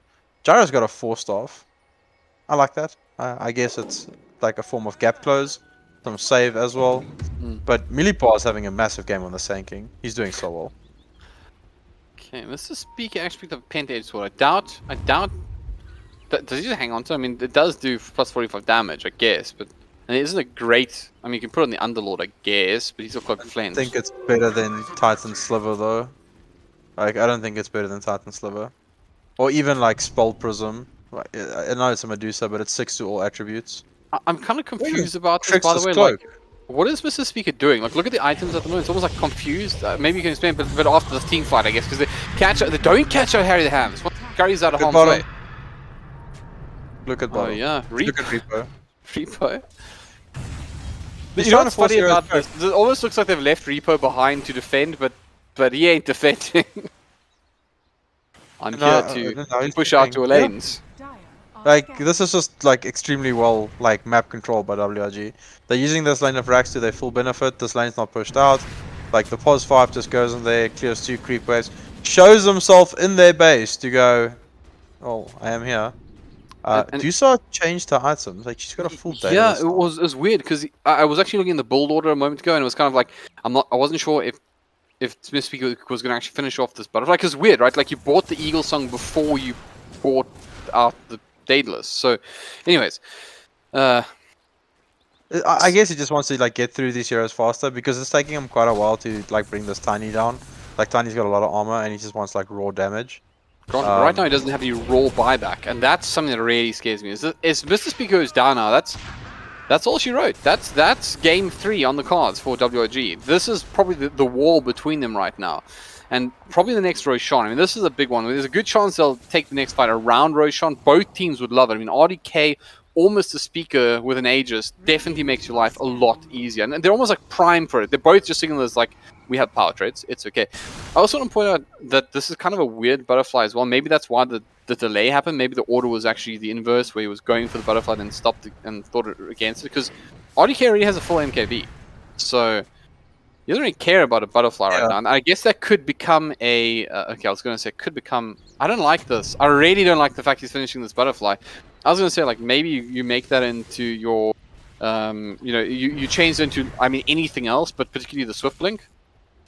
But I don't like when last did you watch a Dota game where not a single hero on the map has a BKB? Sorry, mid lane, Harry the Hams caught out here, and they are going to re-engage here, and well... Looks like they might finish the job, but they get the support coming in, and they're controlling the Necro. RDK once going to backline, just tap, tap, tap, and able to bring down the Dark Willow for free. They managed to keep it. Oh no, they didn't! They want to finish the job, and in they go. The Thai is still desperately trying to finish off this Necro. He's staying alive, he's still alive, just standing his ground. Finally is brought down by RDK, but it's going to come at the expense of Precious Jr. Repo also on the run, because Mr. Speaker has turned to the fray. Got to be careful though, because one of these heroes has buyback, and one of those heroes is not the Medusa. Well, that's in BSL's favor. Like, Tiny Disruptor and the Hoodwink went down. That's a buyback from them. No buybacks used by BSL there. But look at bottom again. Like, Tiny Illusions being pushed in. They have to push out this bottom lane. Like, it's costing them. The tier 4 is almost down. Like, look at these no, not like creepers this. coming in. Not like this. Look at Roshan. RDK just walked in there, but look what happened. Okay, never mind. Yeah, it's still 2.5 minutes. It's 2.5 minutes. Hey. Yeah, it was almost a scary moment. I was trying. Like, I was setting up the tempo here, but yeah, okay. Never mind. Milipa? Milipa goes in, he catches up both the Dusa as well as the Underlord, but they do have RDK to support. This Dusa needs out bad. This Dusa needs out real bad, and they're going to try to do just that. The 4 staff is there. They're going to keep Mr. Speaker alive. And with it, I don't know if you saw what they did there. Like, Hoodwink has got Ags. It's like, so he's got the Boomerang, and that lowers status resistance by 25 seconds. Sanking stun lasts a long time. Like, it lasts a long time. It increases spell damage. Well, so that's also good. And there's no BKBs. So what do you do? Like, I'm very surprised. Like, he finished this butterfly. He should. Now he's getting the blink dagger. Can you explain this to me though? I don't get it, because like now you're going for this like swift blink, and like shouldn't this have just been your swift blink? Because yeah, I agree. Butterfly isn't giving you anything. Yeah, he should have turned that Eagle Song into a swift blink, and then he should replace his boots with a BKB. Because you get movement speed from the swift blink. If you blink, you get a and here's the other thing about Butterfly is that like what is a counter Butterfly? Well, you think like it's MKB, right?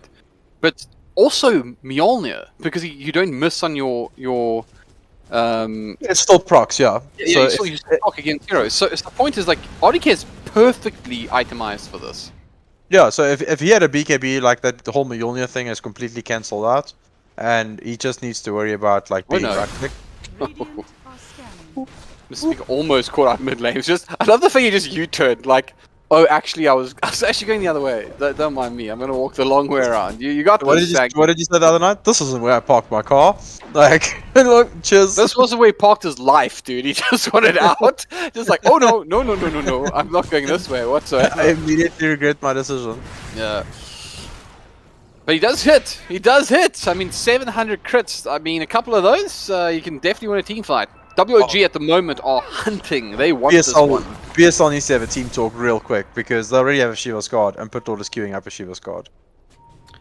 No. Maybe the pressure's on a little bit. I mean, anyways, the point is, this is itemization aside, this game is still in the balance. I mean, if you take a look at the win percentage, probably the most important one at the moment, it's 55-45. 55-45 is nothing at this stage of the game. Okay. Net worth and everything might be in their favor, but it's just not big. Mid lane, they do a lot of damage to the Necro, but they might be able to turn this one around. Beautiful AP set. He comes with a beautiful double burrow. They're going to be able to drop down the ulti. In comes Precious Petunia. He's doing work onto Ryan. The Underlord's going to fall down. On the sidelines, though, the Necro doing what he can. All of WG still staying. The ulti comes down to the Hoodwink. That's a big ulti to use in a support.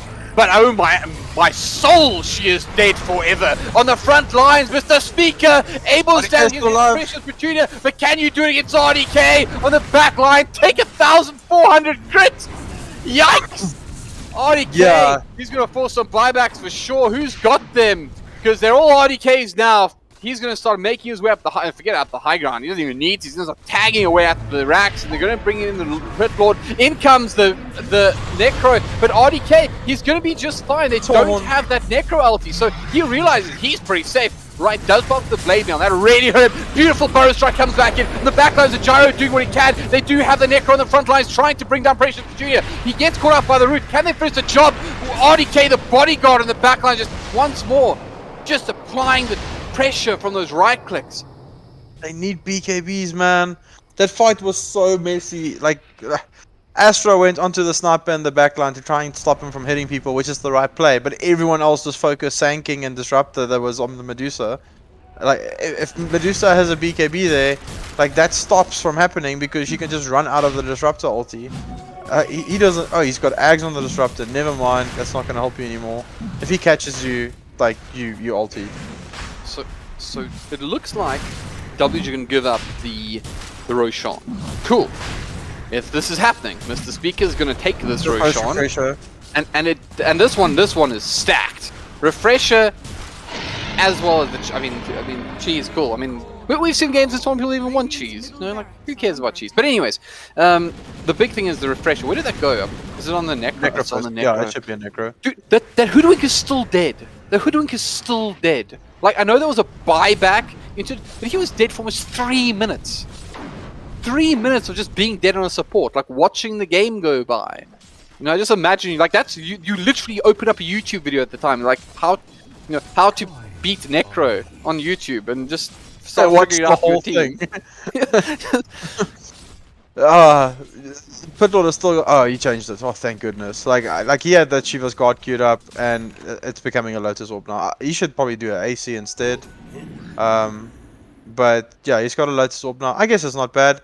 You can like glimpse, tanking stun, sniper ultis. There's quite a few things that you can reflect here, so it's not horrible. So yeah, just like this game is getting into that territory where, like, if you don't have buyback, you're in trouble. And BSL does not have buybacks.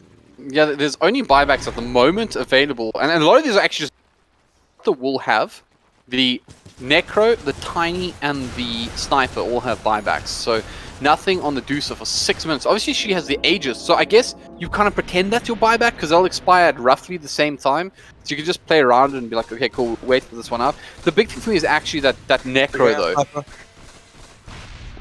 Where are you, RDK? Oh, the blink. It's not quite great. Oh, okay. Well, you know, when you got 4 staffs and swift blinks and stuff, you got options. He's almost level 30, by the way, so plus 6 shrapnel charges on top of it. Top lane, they do catch out the Sanking as well as the Disruptor, but Repo as well as Mimic will be safe. They don't want to take that fight just yet, but the Gyro is interested.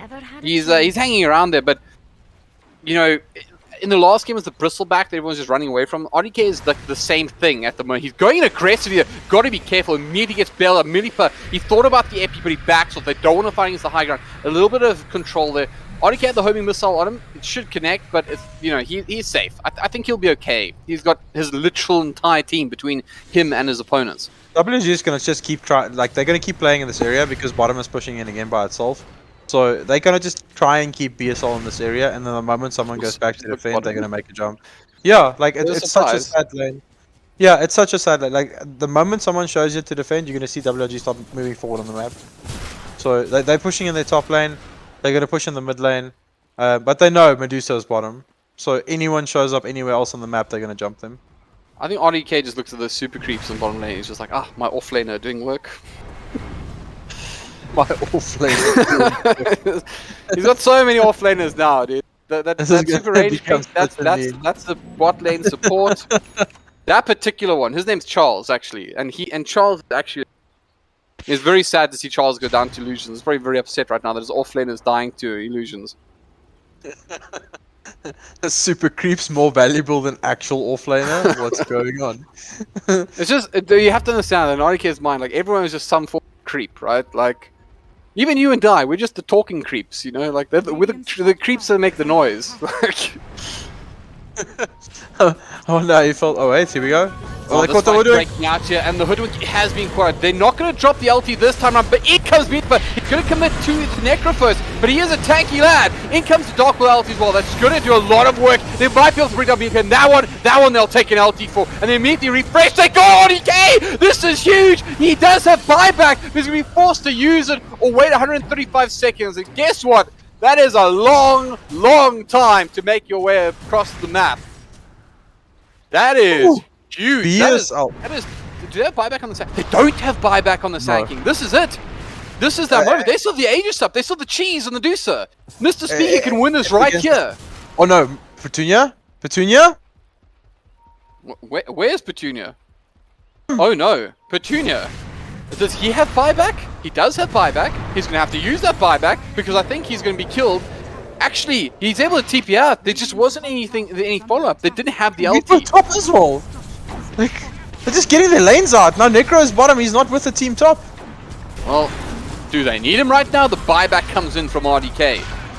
He's starting to just put some pressure on this Medusa, and he does do damage, and he does a lot of damage. The Underlord's learning that first hand at the moment.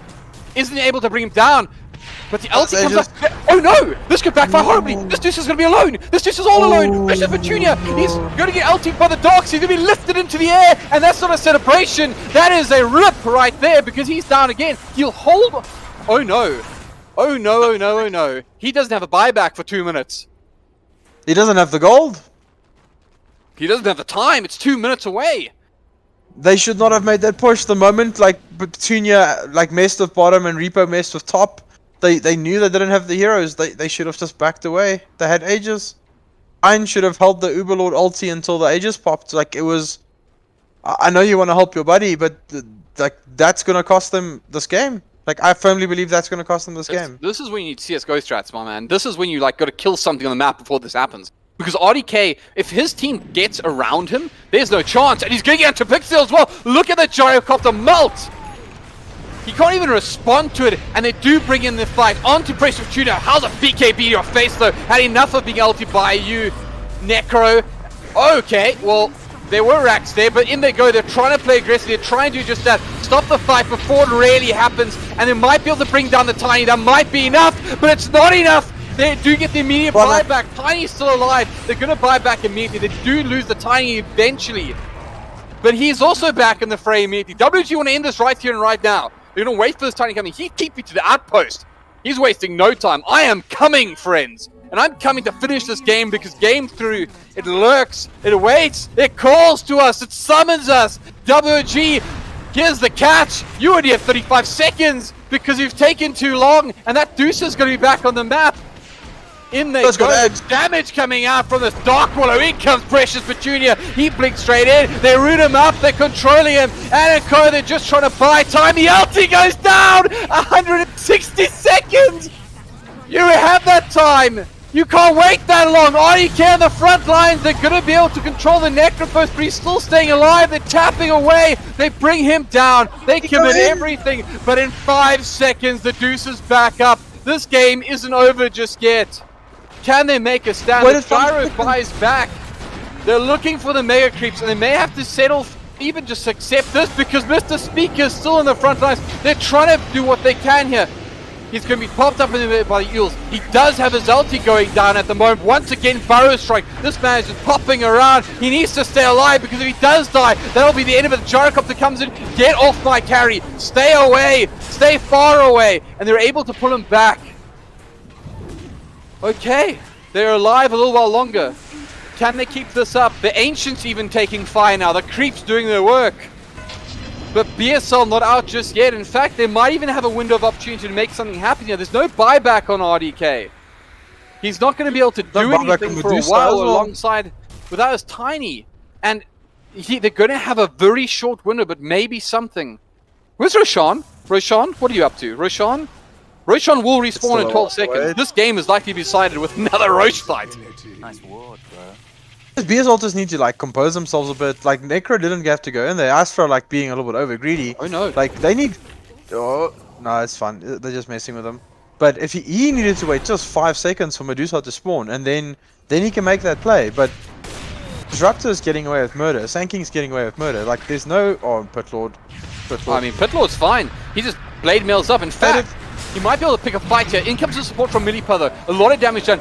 Nice full stop keeps him away from the sharpshooter. But in the end, Ryan's still in a lot of trouble here. The ulti coming through from the Sand King. They want some control, and it's a great time to do it. 120 seconds without the Pit Lord.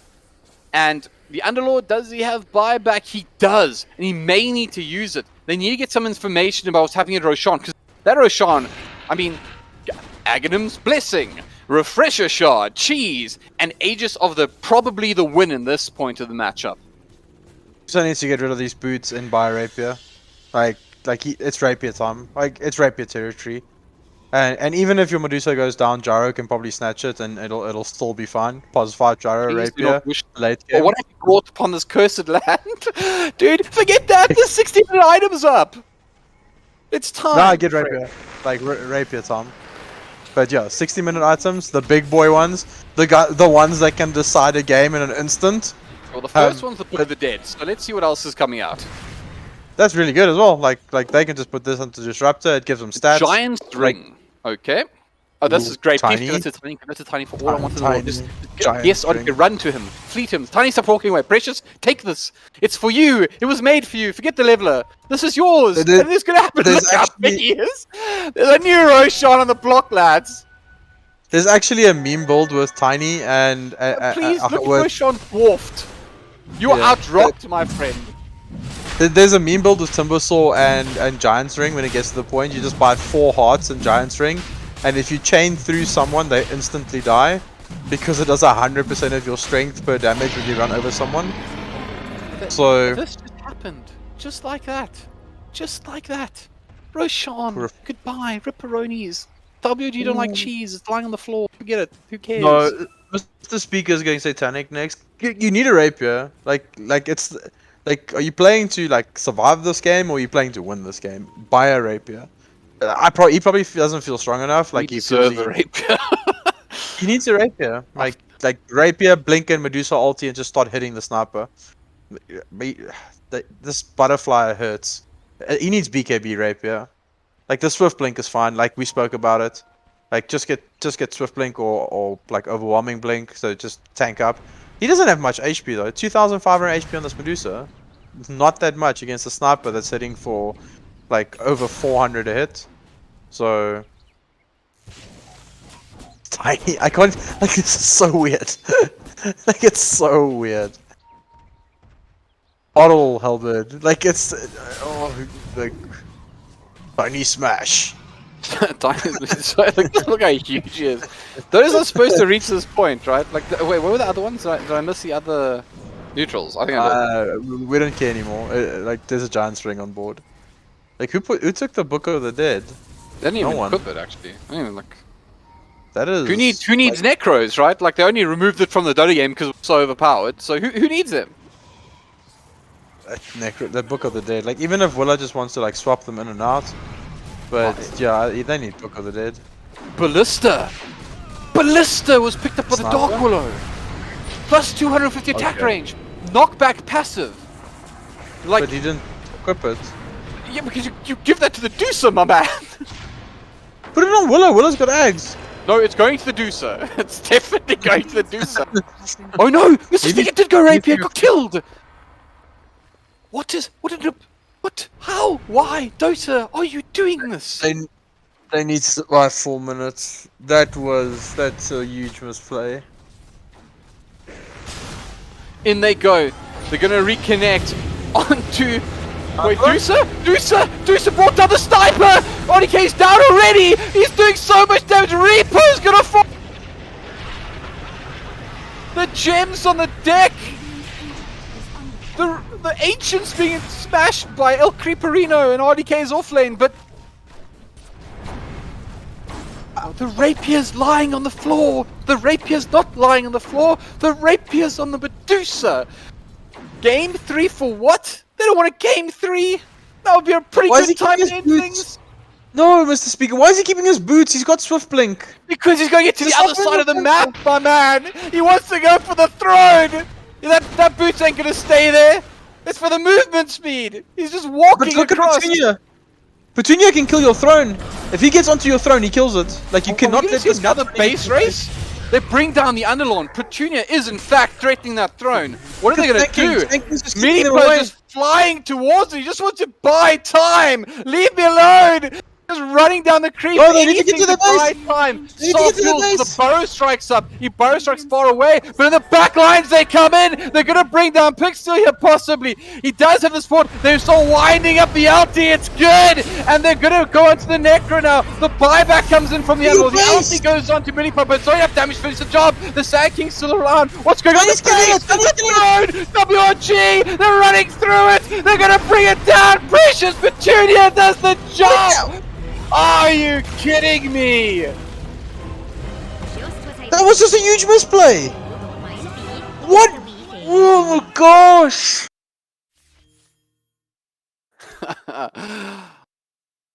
This has been a crazy series. This has been an absolutely unbelievable, unforgettable, bizarre, up and down, ridiculous series, and there's still one more game to go.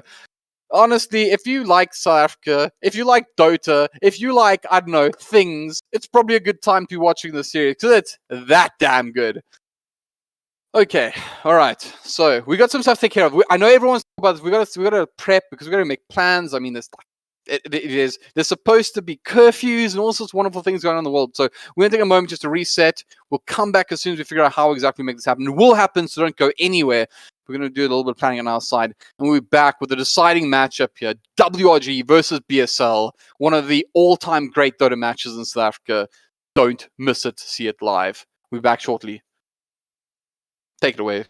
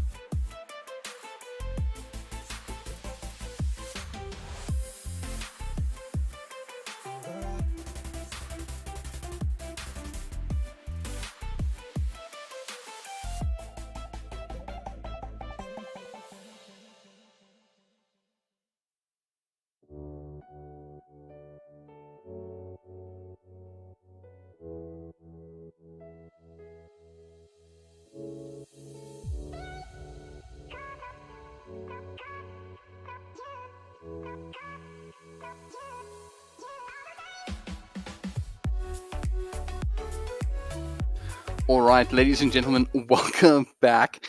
I can't believe what a phenomenal the fact that we're again in a game 3, and it's so heavily contested. I mean, when I think back to the Deucer game of Tuesday, it seems like a distant memory because of how this game has totally absorbed us this evening. And this has honestly been one of the greats. This has been one of the most tightly contested games with individual brilliance from players on both sides. And guess what? We are fortunate enough to once more have the opportunity to enjoy what I'm sure is going to be another crazy game of Dota. I mean, we've already... man. Anyways, I'm not alone. My name's HellbirD. I haven't lost my voice just yet, even though I'm going crazy. And fortunately, I don't have to do this alone, because I would have if I could. Because, man, yeah. Keep me sane, notAhero. Tell us what's going on. Keep you saying, like, I've lost my mind long ago. Like, back and forth. Giant ring on the tiny. And Giant Ring, mate, gives you uncontrolled pathing. So he literally just stood in the middle of the Ancient and hit it. And Mr. Speaker on the Medusa just never TP'd back. Like, he thought his team had it. And he kept pushing, and the game was over in the blink of an eye. But what a series. Like, 60-minute plus, we saw the Giant's Ring come out, the Ballista from the Medusa, which did massive work. It was just crazy. And this is now the decider. Like, game 3, the clutch one, BSL has shown. Like, everyone thought we were the underdogs. Like, we are just as good as this WRG team.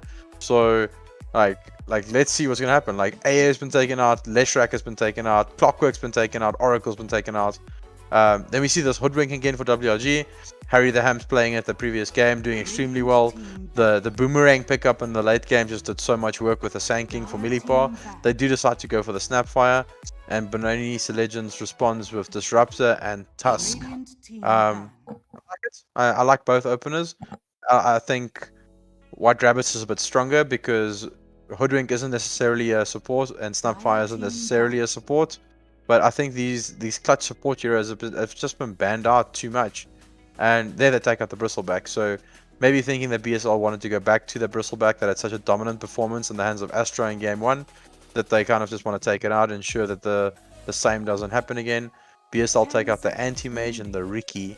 Are we going to see like another 60-minute game, HellbirD? Are we going to see like just two teams running at each other because it's getting late? Like, what is happening? Like, this is uncharted territory. That's a really good question. I was actually thinking the exact same thing. Do you go for that security? Do you pick up your Sniper or Medusa again to just have that security blanket that if this goes to 60 minutes? I mean, one of the truths about this is one of those series that people will remember for an incredibly long time. The players particularly. These are the individuals that are going to have to live with the end of the story forever, right? They'll remember like, oh man, could I have done a little bit better in this case? Could I have been the reason we won? What if I had hit that extra 3-man Burrow strike, you know? And all what if I TP'd back on the Medusa? What if I TP'd back on the Medusa? So look, I mean, I wouldn't. It's also really hard. You also have to bear in mind that one of the reasons that late game Dota is so hard is because people do make mistakes. They do make mistakes they wouldn't normally make because the pressure is just so extreme. I mean, we don't have the security of the buyback, and people are dead for 3 minutes at a time because of the Necro on the field. It's really easy to find yourself in a situation where you make a decision you would never make again. Yeah, I 100% agree.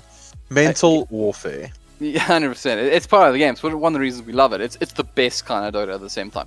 So, with that said, I do think that both these sides are very likely to take a super late game insurance policy out, and what that is going to be interesting to see, because I can't imagine we're going to see another Medusa Sniper lineup. Like, it's just unlikely to occur. But with that said, a lot of bans gone, a lot of Medusa and Snipers still left in the pool, but there's some other difficult fellows that'll still give you that same assurity. I mean, you do have the likes of Spectre that's still waiting around that can certainly make you feel comfy into the late game. So we'll see what they do. WG, let's talk about their lineup so far. Hoodwink, Snapfire, and they're picking up the Centaur Warren. Anything you particularly like or don't like? I know you like the Snapfire, but how do you feel about Centaur Warren these days? I thought he was going to be completely useless again with the Stampede change back to 100 seconds. I know it's not as rough as it used to be on 120, but like 90 seconds to 100 seconds, I don't know, like people say, yeah, but it's only 10 seconds. It feels like a massive difference. Like you get kind of get like an extra 3 or 4 centaur ultis off in a game just by that 10-second duration. Centaur not necessarily that good against Disruptor. I do like the combination with the Snapfire or the Hoodwink, either or. Like Hoodwink catches anyone, Centaur climbs on top of them, or the Snapfire can just like do a little cookie combo. This is kind of like the new combo. Like remember like the old tiny toss into Centaur Stomp combo? Like Snapfire Centaur is kind of like that new, like the up-to-date one where you cookie into a Stomp. So, which is more effective because it's a double stun. So yeah, like nice little synergy there. They go back to the Life Stealer, which they had in game 1. Mr. Speaker having a great game on it. It's a good lane against the Centaur. Snapfire also a strength hero, but better against the Life Stealer. The little shredder minus armor pretty good. But if they go for the same structure they did in the second game, that's Harry the Hams on the Hoodwink. So it'll be Hoodwink with Scent. Yeah, I like it. He can be cutted by the Hoodwink. Centaur kind of like will just try and hit creeps. Lifestealer naturally good against them. I do like this Tusk pick though. The Tusk pick is really strong, especially against strength heroes. If they decide to tri-lane this, the Centaur's game is kind of done. So it'll be interesting to see what the offlaner is, and that is probably the signature RDK Naga Siren. Honestly, if there was ever a time to bring out one of your big heavy hitters, why not now when it's this tight? And I must say that this is a hero that I think RDK has played consistently well throughout. You know, I would say since about 2018 or something. Like the RDK Naga Siren is one of his absolute staples that he's been able to perform incredibly well with, consistently well, even when Naga is not in meta. So I'm actually curious to see how Benoni do against this hero, because it's almost weird playing as Naga. Think about how often you encounter a Naga in a Dota game these days. Like I think I think the item build is kind of a problem at the moment, because the Fusel feels like worse because it doesn't do that much damage on illusions. But in the same breath now, like she can go Manta, which is really popular at the moment, or like Falcon Blade Manta into Skadi, and just like keep scaling through into the late game. But something that I do want to note is I think Naga Siren Shard is extremely strong. You can remember the old Naga where you could like proc the Riptide. So that's kind of how it works now. So he can send these illusions down and have an additional proc on the Riptide, and then they still have the procs from like naturally hitting. So I do think that I thought the heroes can be broken when it came out, and I saw like the shard being brought in, like how its talents were structured. But yeah, it adds a 20% slow. Oh no, they actually took the proc away, that you can't proc it anymore. But the shard now increases, adds 20% slow and increases the base armor reduction by 4. So it's a lot of armor reduction. 5 seconds remaining. Yeah, Naga with shard, but do you go to Fusel? I'm not sure. Yeah, so that is interesting. I mean, I'm gonna find what RDK thinks shortly. I think you kind of have to go the Fusel Naga. I know that, as you mentioned, it's been nerfed, but just. So Arteezy's doing weird stuff in NA at the moment. Like I was watching him play Naga, and I was watching him play Templar Assassin, and he's going, even on Templar Assassin, he's playing it safe lane, and he's going Manta into Ags, and he's playing it like an anti-mage on steroids, and he just kind of like jumps to all his traps all over the map. And maybe RDK is gonna like try and do a similar thing with this Naga. Maybe it's just like a Falcon Blade into Manta Rush, and then you get shard, and you just like split push this map over and over again. Because this Naga is definitely gonna outfarm this Lifestealer, like 100%. So it's all on a bit of a timing. They do have the heroes to play aggressive. They've got Tidehunter, Disruptor, Lifestealer, Tusk. So yeah, they can definitely go forward. But I'm very curious to see what RDK is going to opt for on this Naga Siren, like item wise. Do you just go back for the old Radiance build, maybe like Radiance Manta? No, like very interesting. No, they did ban the Viper. Why did they ban Viper? Like probably for Tidehunter, break mechanic. But what is Astra's hero gonna be? Like that's the main thing. Like they took OD out now. The bristle is gone. We saw him. I don't think you go for the Necrophos again.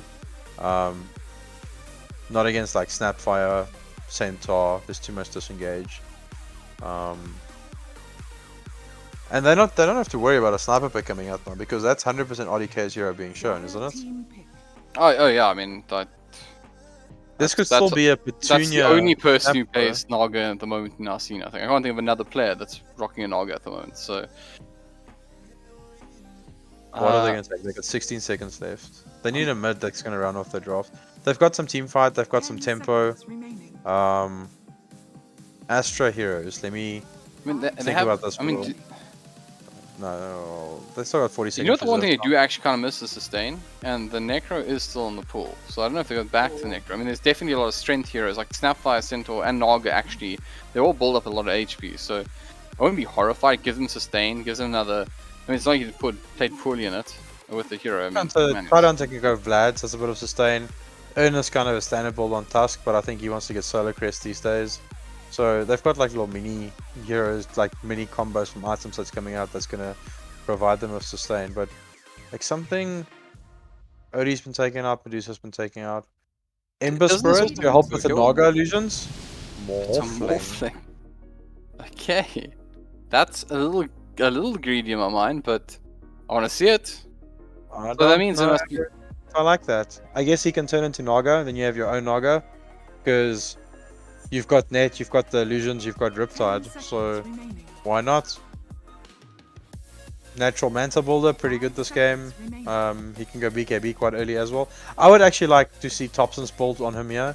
You go Dragon Lance Manta Ags, and he's more like your playmaker.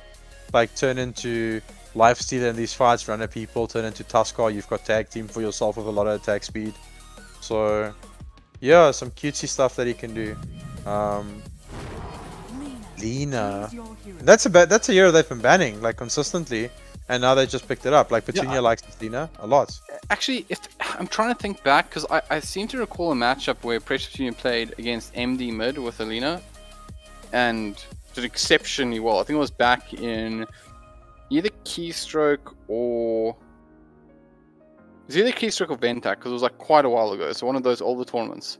Where I seem to recall WG rocking Alina against MD, and I think MD was in fact not even playing for his current roster. So I do think that like this is definitely a Press Junior hero that he's comfortable with, and like he's able to dominate. So maybe that's like the call here is like I'll just take down this morphling mid. I think the wires got a bit crossed there, Albert, because I actually think Petunia was playing offlane for them at that stage, and MD was their mid, and MD was the one playing lead. Was MD the one playing the... Okay, right. For WRG, Right, and okay. when MD left for Sin 5, Petunia moved back to mid. Gotcha. So, but yeah, like your brain did the thing. So Right, fine. Then who knows? Then I'll leave it at that. So it's been a long night. It's been a while as well since that. So, anyways, Harry the okay. hands on that. Harry the hands on that hoodwink again. How did you feel about that hoodwink? It didn't look broken, but it did look like it had a solid like performance. Harry the hands yeah. playing it well. I agree. I think there was a lot of moments where you felt the hoodwink's presence, and that's really what you want. I think there's a lot of times you look at it here and you're like, oh, what did they do, kind of thing. And I actually, if I'm totally Chasing him honest, through the jungle when he gets out. yeah, if I'm totally honest with you, I think that there was, in every single one of those games, I felt that there wasn't a hero that I looked at and I was like, oh, this is useless, not contributing.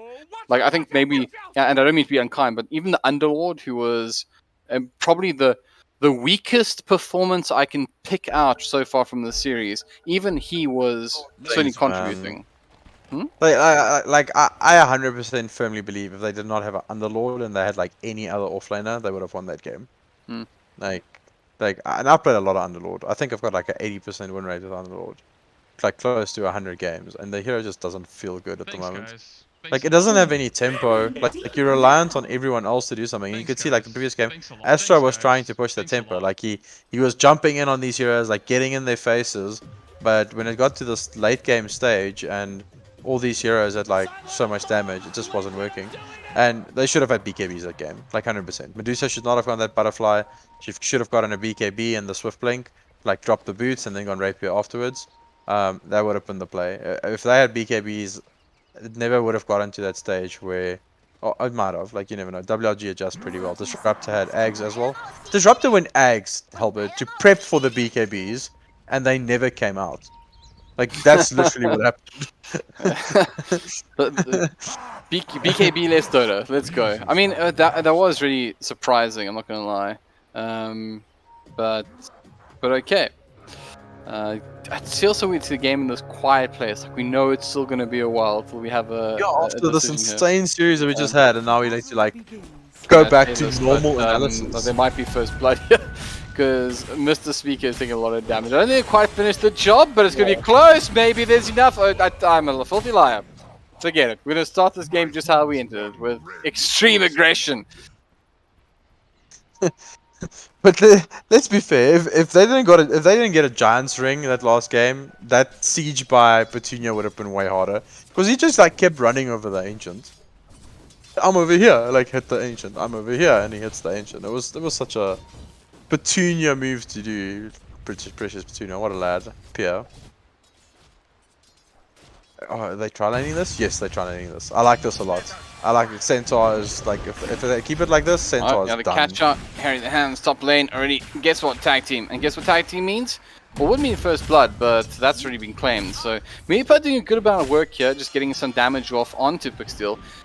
But they'll be satisfied with just making sure that Mr. Speaker has the time of his life. And I was going to say as well, if you can get an advantage on Mr. Speaker here, he's actually quite comfortable laning up against the Centaur as well. So, from that perspective, this is important to them. But once again, tag team's up, and Milipa might actually be caught out here, and he is. And he gets off a really nice double hoof storm and gets a little bit of support, but he's still just being tagged by Pixel. In the end, though, he's able to walk it off. He'll be okay. Okay, BSL needs to be careful now because WRG has like reacted to this, and now it's a tri lane against a tri lane. I do think they have the stronger tri lane because of Tusk, but Tidehunter won't contest this Naga. Like this Naga will destroy him. Like yes, he's got Anchor Smash, but he's just gonna put massive amounts of levels into Riptide, and just like completely destroy the lane. Well, interestingly, they seem to agree with you because they've brought down King Axie to the bottom lane, and I assume put some pressure on RDK. Maybe that's the plan. Is like, okay, if you're gonna try lane against us, then we'll duel against your core. Do the switcheroo again, yeah. So like they reacted nicely to this. Like this is exactly what they needed to do. You can't just let RDK Naga free farm. He's actually pulled a creep camp for himself. Oh, are they going in here? Here we go. Something's happening here. Tag team. Also, yeah, bottom lane RDK. Oh, doesn't have mana. He doesn't get lucky. Trying to get over the ice shards, but in the end, he's just staying his ground. He's like, I don't care. Whatever, guys. Disruptor goes down.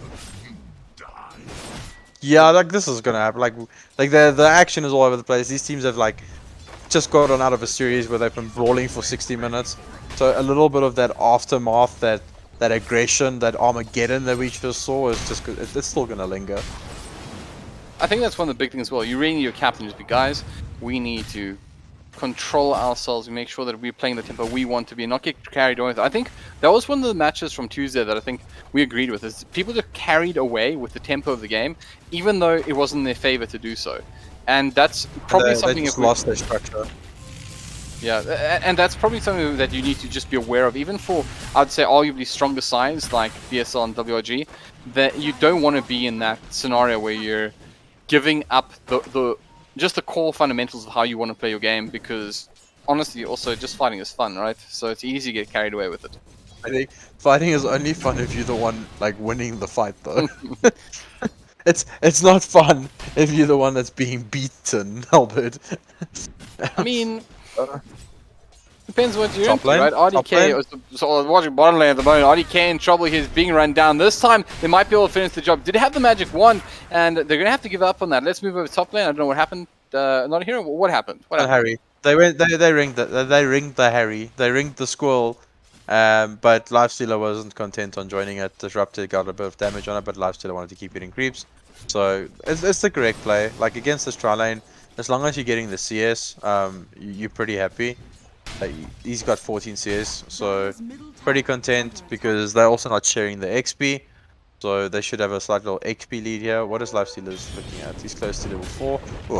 What a chaotic fight top. They do manage to pick down Pixel, and Mr. Speaker will be able to walk the one off, but they actually engage on both heroes at the same time. They're just, okay, we'll take the spot. We'll make sure we'll get this one kill instead of potentially looking for Lifestealer and getting nothing. So because they also don't know if he's killed the level of rage. because you can't really like judge with lifesteal at feast. Oh, well, they're going to find out now because he is very, very low. The back lines, they did have the sneaky play by Repo.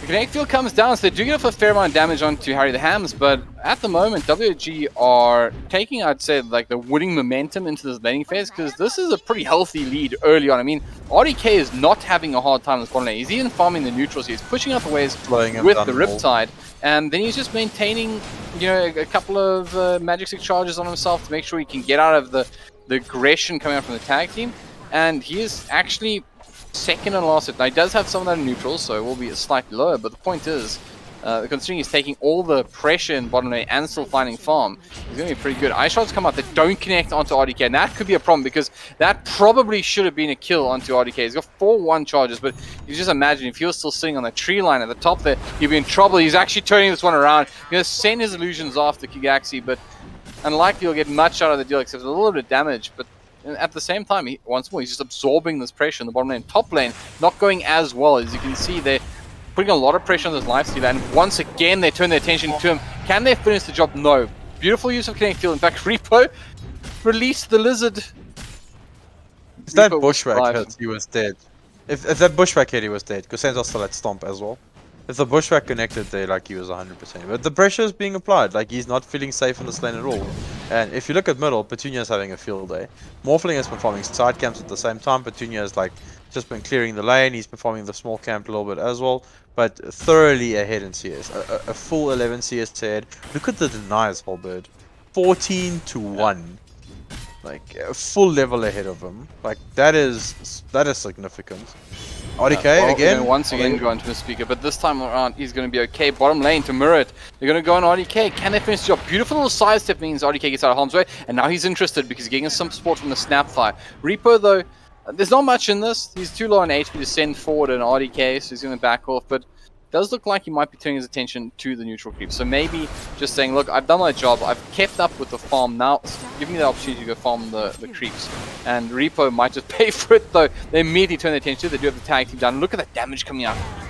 Cookie not available, and then they will manage to get a nice kill onto the Snapfire. So that lane is theirs. And that's so we're getting a little bit of insight. Like, remember I mentioned like Falcon Blade into Manta. RDK has opted for the Falcon Blade, so I won't be surprised if he goes trades Manta into Scotty here. Falcon Blade is really nice on Naga. It's additional HP, additional mana regen for Tuskar. No, I don't think he wants once again. He actually keen in it, and this time the shards will connect, but RDK not blocked in that time, so he's going to continue his farming, and he's got those illusions going to work on King Axie. Just trying to proc that Riptide, getting that 17% chance. We know what that means in Dota. In Dota, 17%, that exact number, of course, means 100% of the time. And this time they're going to bring in Harry the Hands. They do connect nicely, so they're going to get some damage out onto the Tusk, and they're going to pull him back on the tree line. They also get the Snapfire involved, so King Axie should be brought down. Nice little, I would say, kind of save for a little while. Yeah, he's down. Fire, little shredder, and he's got a medallion, so he's pumping out damage with that little shredder, doing extremely well. Nice rotation by WRG. King actually did opt for the treads here, the tranquils. Like, I understand why, it's kind of an old school build, but he's going for the solar, so that's where he's going to get armor from. Like, against the Snapfire Naga, you kind of want armor. I wouldn't have been surprised if he went like phase boots into the solar crest. It is a pos 4 Tusk, but it's not too greedy. You can go ground boots into the solar and then finish phase later on. But he did opt for the tranquils. He wants to be mobile around the map, kind of make rotations, make movements. Petunia, like, having a field day middle, HellbirD. I got DD as well, which isn't hurting, so he's doing damage to the tower. I gotta ask, the dual supports in bottom lane, like, I'm kind of curious about it, because normally you'd expect, like, sure, you want one support to get their 6 or something like that, but right now they're just soaking up this experienced bottom. But okay, Milipa drops the ulti in the top lane. He's caught out red beautifully by the disruptor, but they actually have enough damage to finish the job. He might just be able to walk this one off. There's no glimpse of, yes, there is. I'm a filthy lie. They pull him back, and you can see it's the sad look of a sad, defeated Sentinel, because I say this, he's still alive? No ways! Milipa, he gets the body blocks from Reaper. He's so sad. You get saved. And unlike RDK, he appreciates his supports. And Petunia killed Astra middle. He is he's 2k ahead of this Morphling. He is having a extremely good lane. This Lina is going to be scary. Can be very scary. And the tower went down as well. Like, that's a pre-10-minute tower. The last game we saw the tower stay up for an extremely long time.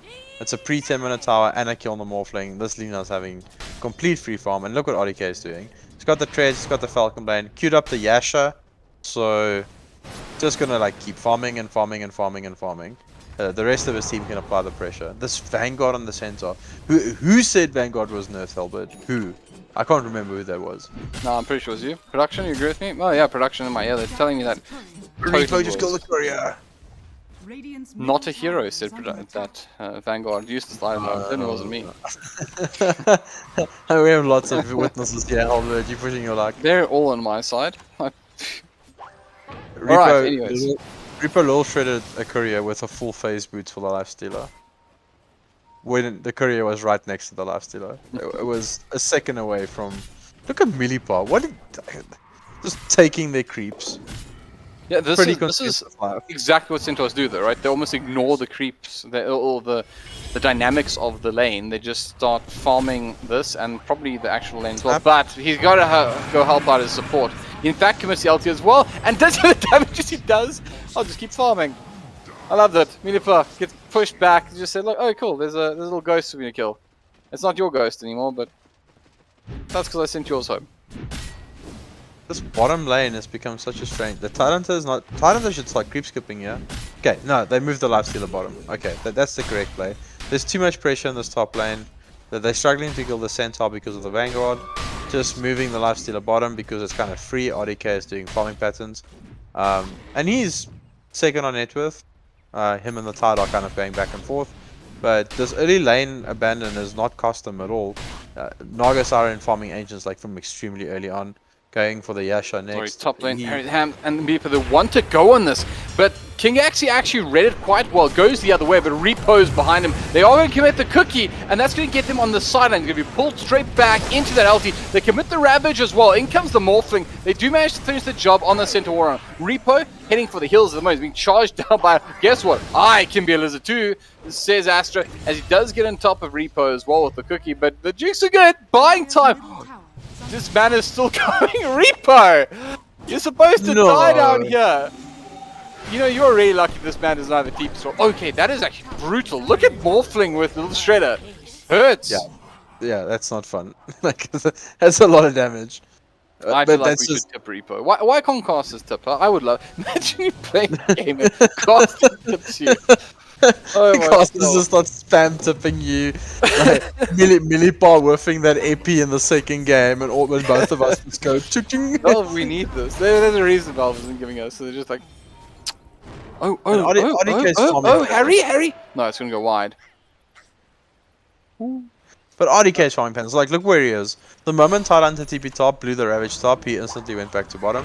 So he's just moving away from where the pressure is on the map. Like, the entire time. So, just making nice movements. He's back in the jungle. He's going to make his way back towards the triangle. Oh, there's so much pressure in this lane. They want to keep this tower alive because they've already lost their mid. You know, they're doing work here, and in fact, they will commit to carry the hams here with the kinetic field, but... Carry the hams. 3 and 4, and... What did I do wrong? You said carry the hams. Did I? Okay, well... Is he carrying the team already? He's now carry the hams, so he's going to have to do a change of role. In fact, mid-game, we'll let him know, otherwise we'll tip him. Lifestealer? Is he going Maelstrom? I think he's going Maelstrom.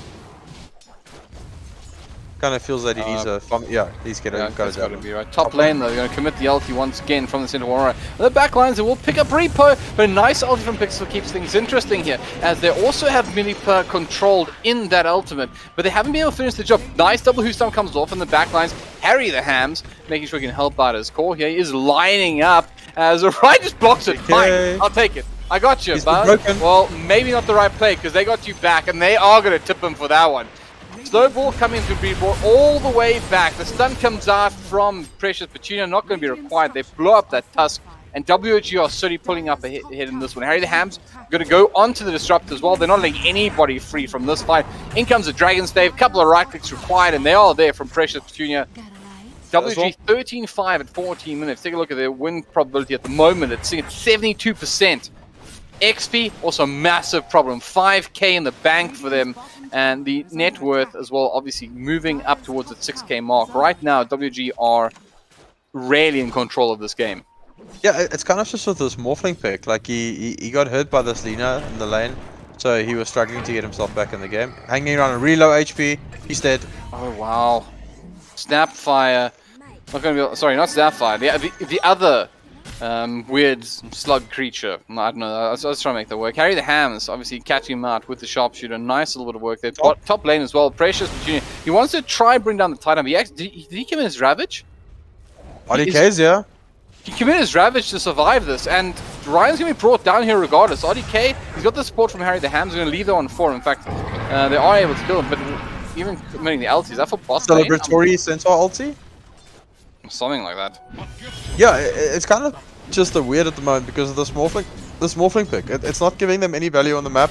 Like, both the first and second game, we saw Astra with these heroes that could get in their, like, in WRG's face, like, really early.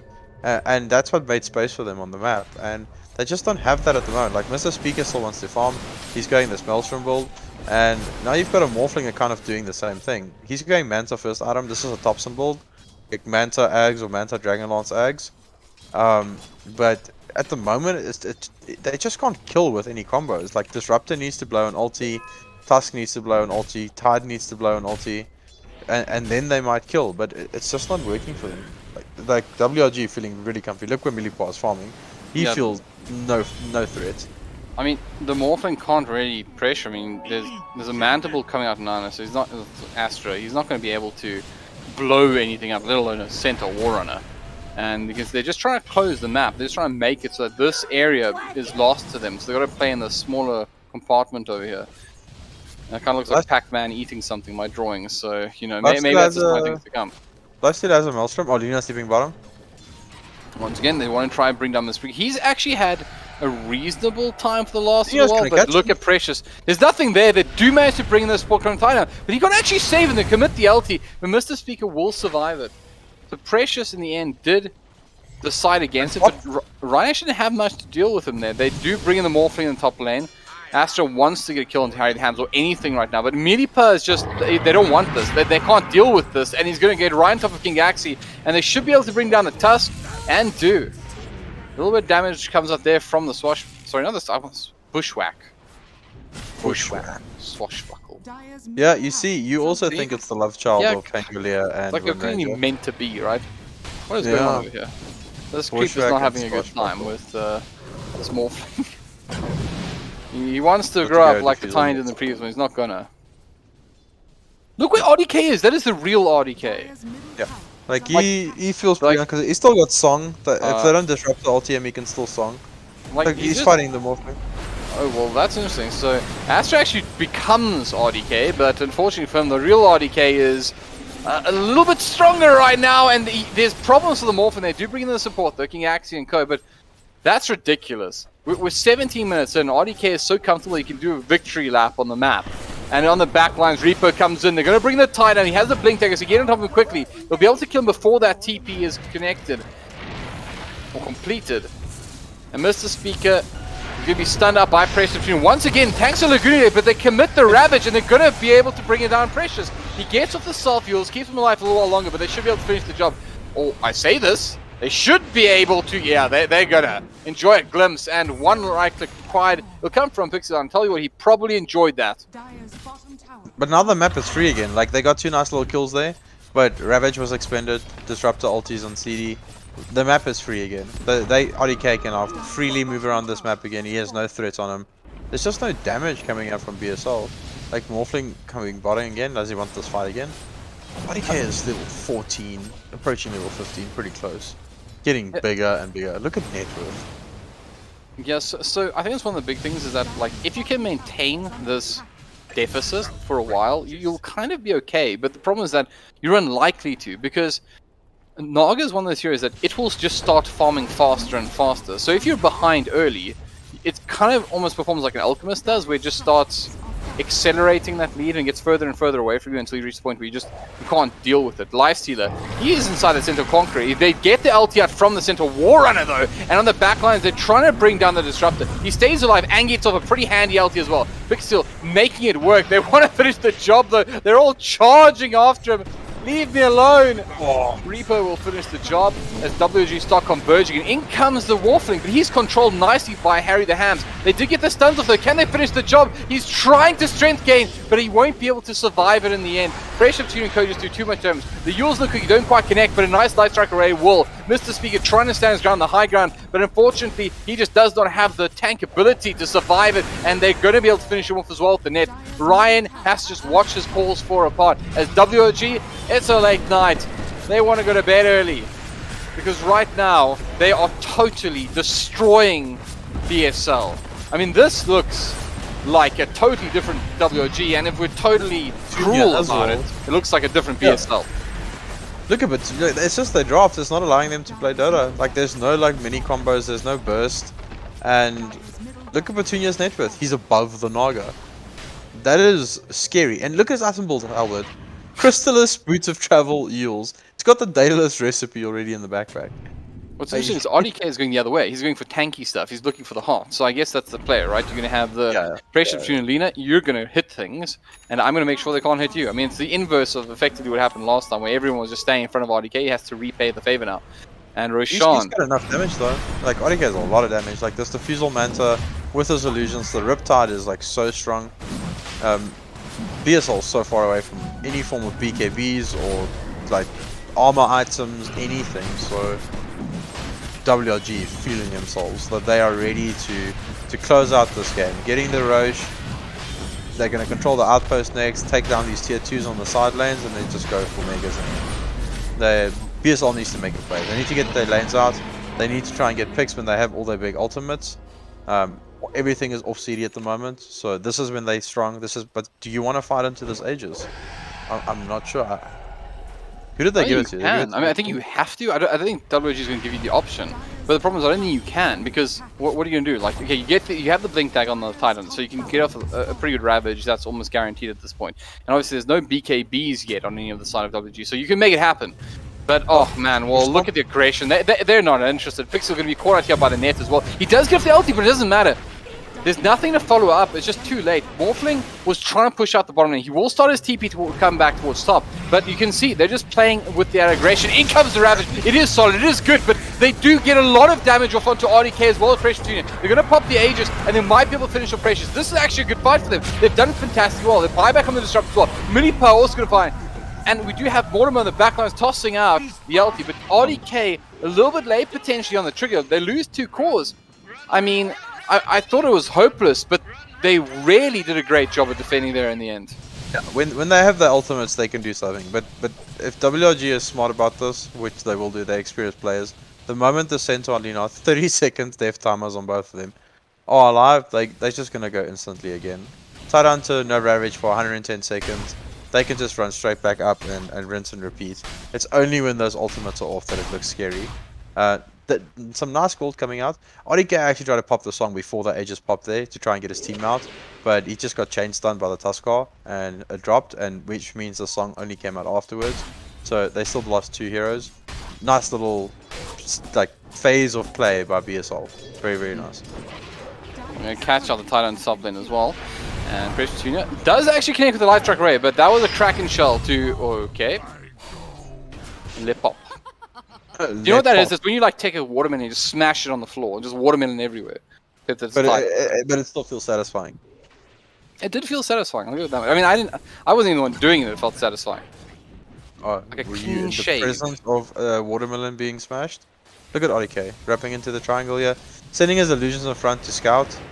So he's always kind of protecting himself. Like, these illusions are such hands. Oh wow! In fact, he actually baited us with a nice eye shot. They actually do have the RDK snooking here, but they just don't have the damage. And the sport will slowly get in. The Centaur comes in. Nice hoof stomps going to connect as well. They bring in the Cookie Monster from Repo, but they haven't been able to finish the job just yet. The Morphling's still alive. He might be able to finish off RDK. RDK, he's caught up with the Tomato this time, and he does fall down. Mr. Speed try and get into Set Tomato, but he's brought down regardless. Where's the Watermelon? He's not able to contribute to this fight. He's popped his Ravage a little while ago. They do finish off the Centaur War Runner though. Sorry, the Centaur War Runner alive, finishes off the Lifestealer. So in the end, they do get a pretty handy fight at the expense of RDK, but it's worthwhile.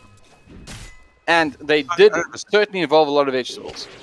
Yeah, and that's the thing. Like, there's no Ravage. They felt kind of strong about it. Disruptor had a good ulti there, but even that is not enough to bring down this Naga Siren. Stayed alive for way too long. Centaur came in with a big hoof stomp, and look at Petunia. Like, no threat, no threat. Two heroes alive. He's by himself, just hitting the tower. They took the outpost now, so when Naga spawns, she can TP in. Ravage is back on off CD though, and when Disruptor spawns, he will have it. But they're gonna take a full Rax here. Yeah, so this does look like WG are starting to close things out. I mean, I don't know if they actually go for the Rax. Maybe they go for the range Rax. I hear Yules. I'm not exactly sure what it is. Lina on the front lines, but King Axie, he's going to just get melted early on. They do get a really good Ravage in, and it had a gift inside, and that gift was a Lifestealer. They might be able to still take this one. Repo low and brought down. RDK still wants to fight this. He can't tilt the Morphling right now. He's going to make sure that one of these other tanky heroes are brought down. But which one is it? It looks like they want to bring down the Lifestealer, and they do just that. They're trying to bring the Morphling out, and he is able to escape. But Minipa and Co, they're chasing him down on the backlines. RDK, he's still wanting to get back into this one, and why not? They're winning. Ryan, very low here. He's going to be purged up as well with the Diffusal Blade limping away. He does Kraken out of it, but they still have so much control thanks to Centaur War Runner. They'll finish the job, and they should be able to take the Rax as their prize, because there's just not too much left in the tank. The Morphling, he's still up, but he just can't fight into this, can't deal with it. They're going to drop the Centaur War Runner ulti, and King Axie going straight back in. They will manage to steal the Naga Siren, so it does mean they're able to create a couple of illusions and send them out, try to do their own little bit of battling. But on the back lines, Minipa, he'll finish the job on yet another support, and in the end, it's just the Morphling standing, and the GG totally imminent right now. Mortimer can't hit those kisses from that range, but he can hit a cookie, and this Morphling is in a lot of trouble, brought down as well, and I think the GG is imminent. It's the end of the series, there it is. Pixel's going to make the call, and although BSL were totally outgunned in the end here, if this was the only matchup you saw, it would not be a fair reflection of how good this series was. And in the end, WRG come out on top. But what a story. Yeah, like, but this WRG draft looked more like a WRG draft. You had RDK on like this Naga Siren, you had Petunia on the Lina, Millipar looked comfortable on the Centaur. It just looked like a much better draft. But also from BSL side, I think they kind of changed their pace. Both games they had this hero for Astra where you could get into the faces of WRG. And this game they opted for something like a Morphling. So, well, what a series, man. Like, well played to WRG taking it in the end. But BSL competing game 1, game 2, it was so close. It was so close to being a 2-0. And we ended up getting to a third game where WRG pulls it through. And I think that's really important. I think we do actually need to reflect. I know that a lot of people want to call it a night. Sorry, production. We'll keep it slow. But basically, I'll say this much: is that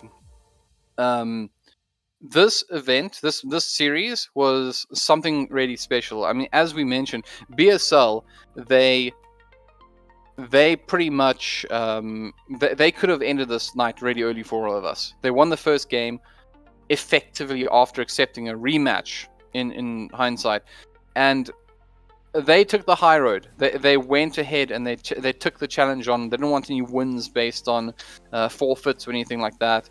It was out of WG's control, so you do have to feel for them. It would have been an awful way to have spent your night if that's the story we had to tell. But instead we had an amazing one. Where BSL proved, I think, that they are a really powerful side that needs to be taken very seriously by any team in this competition.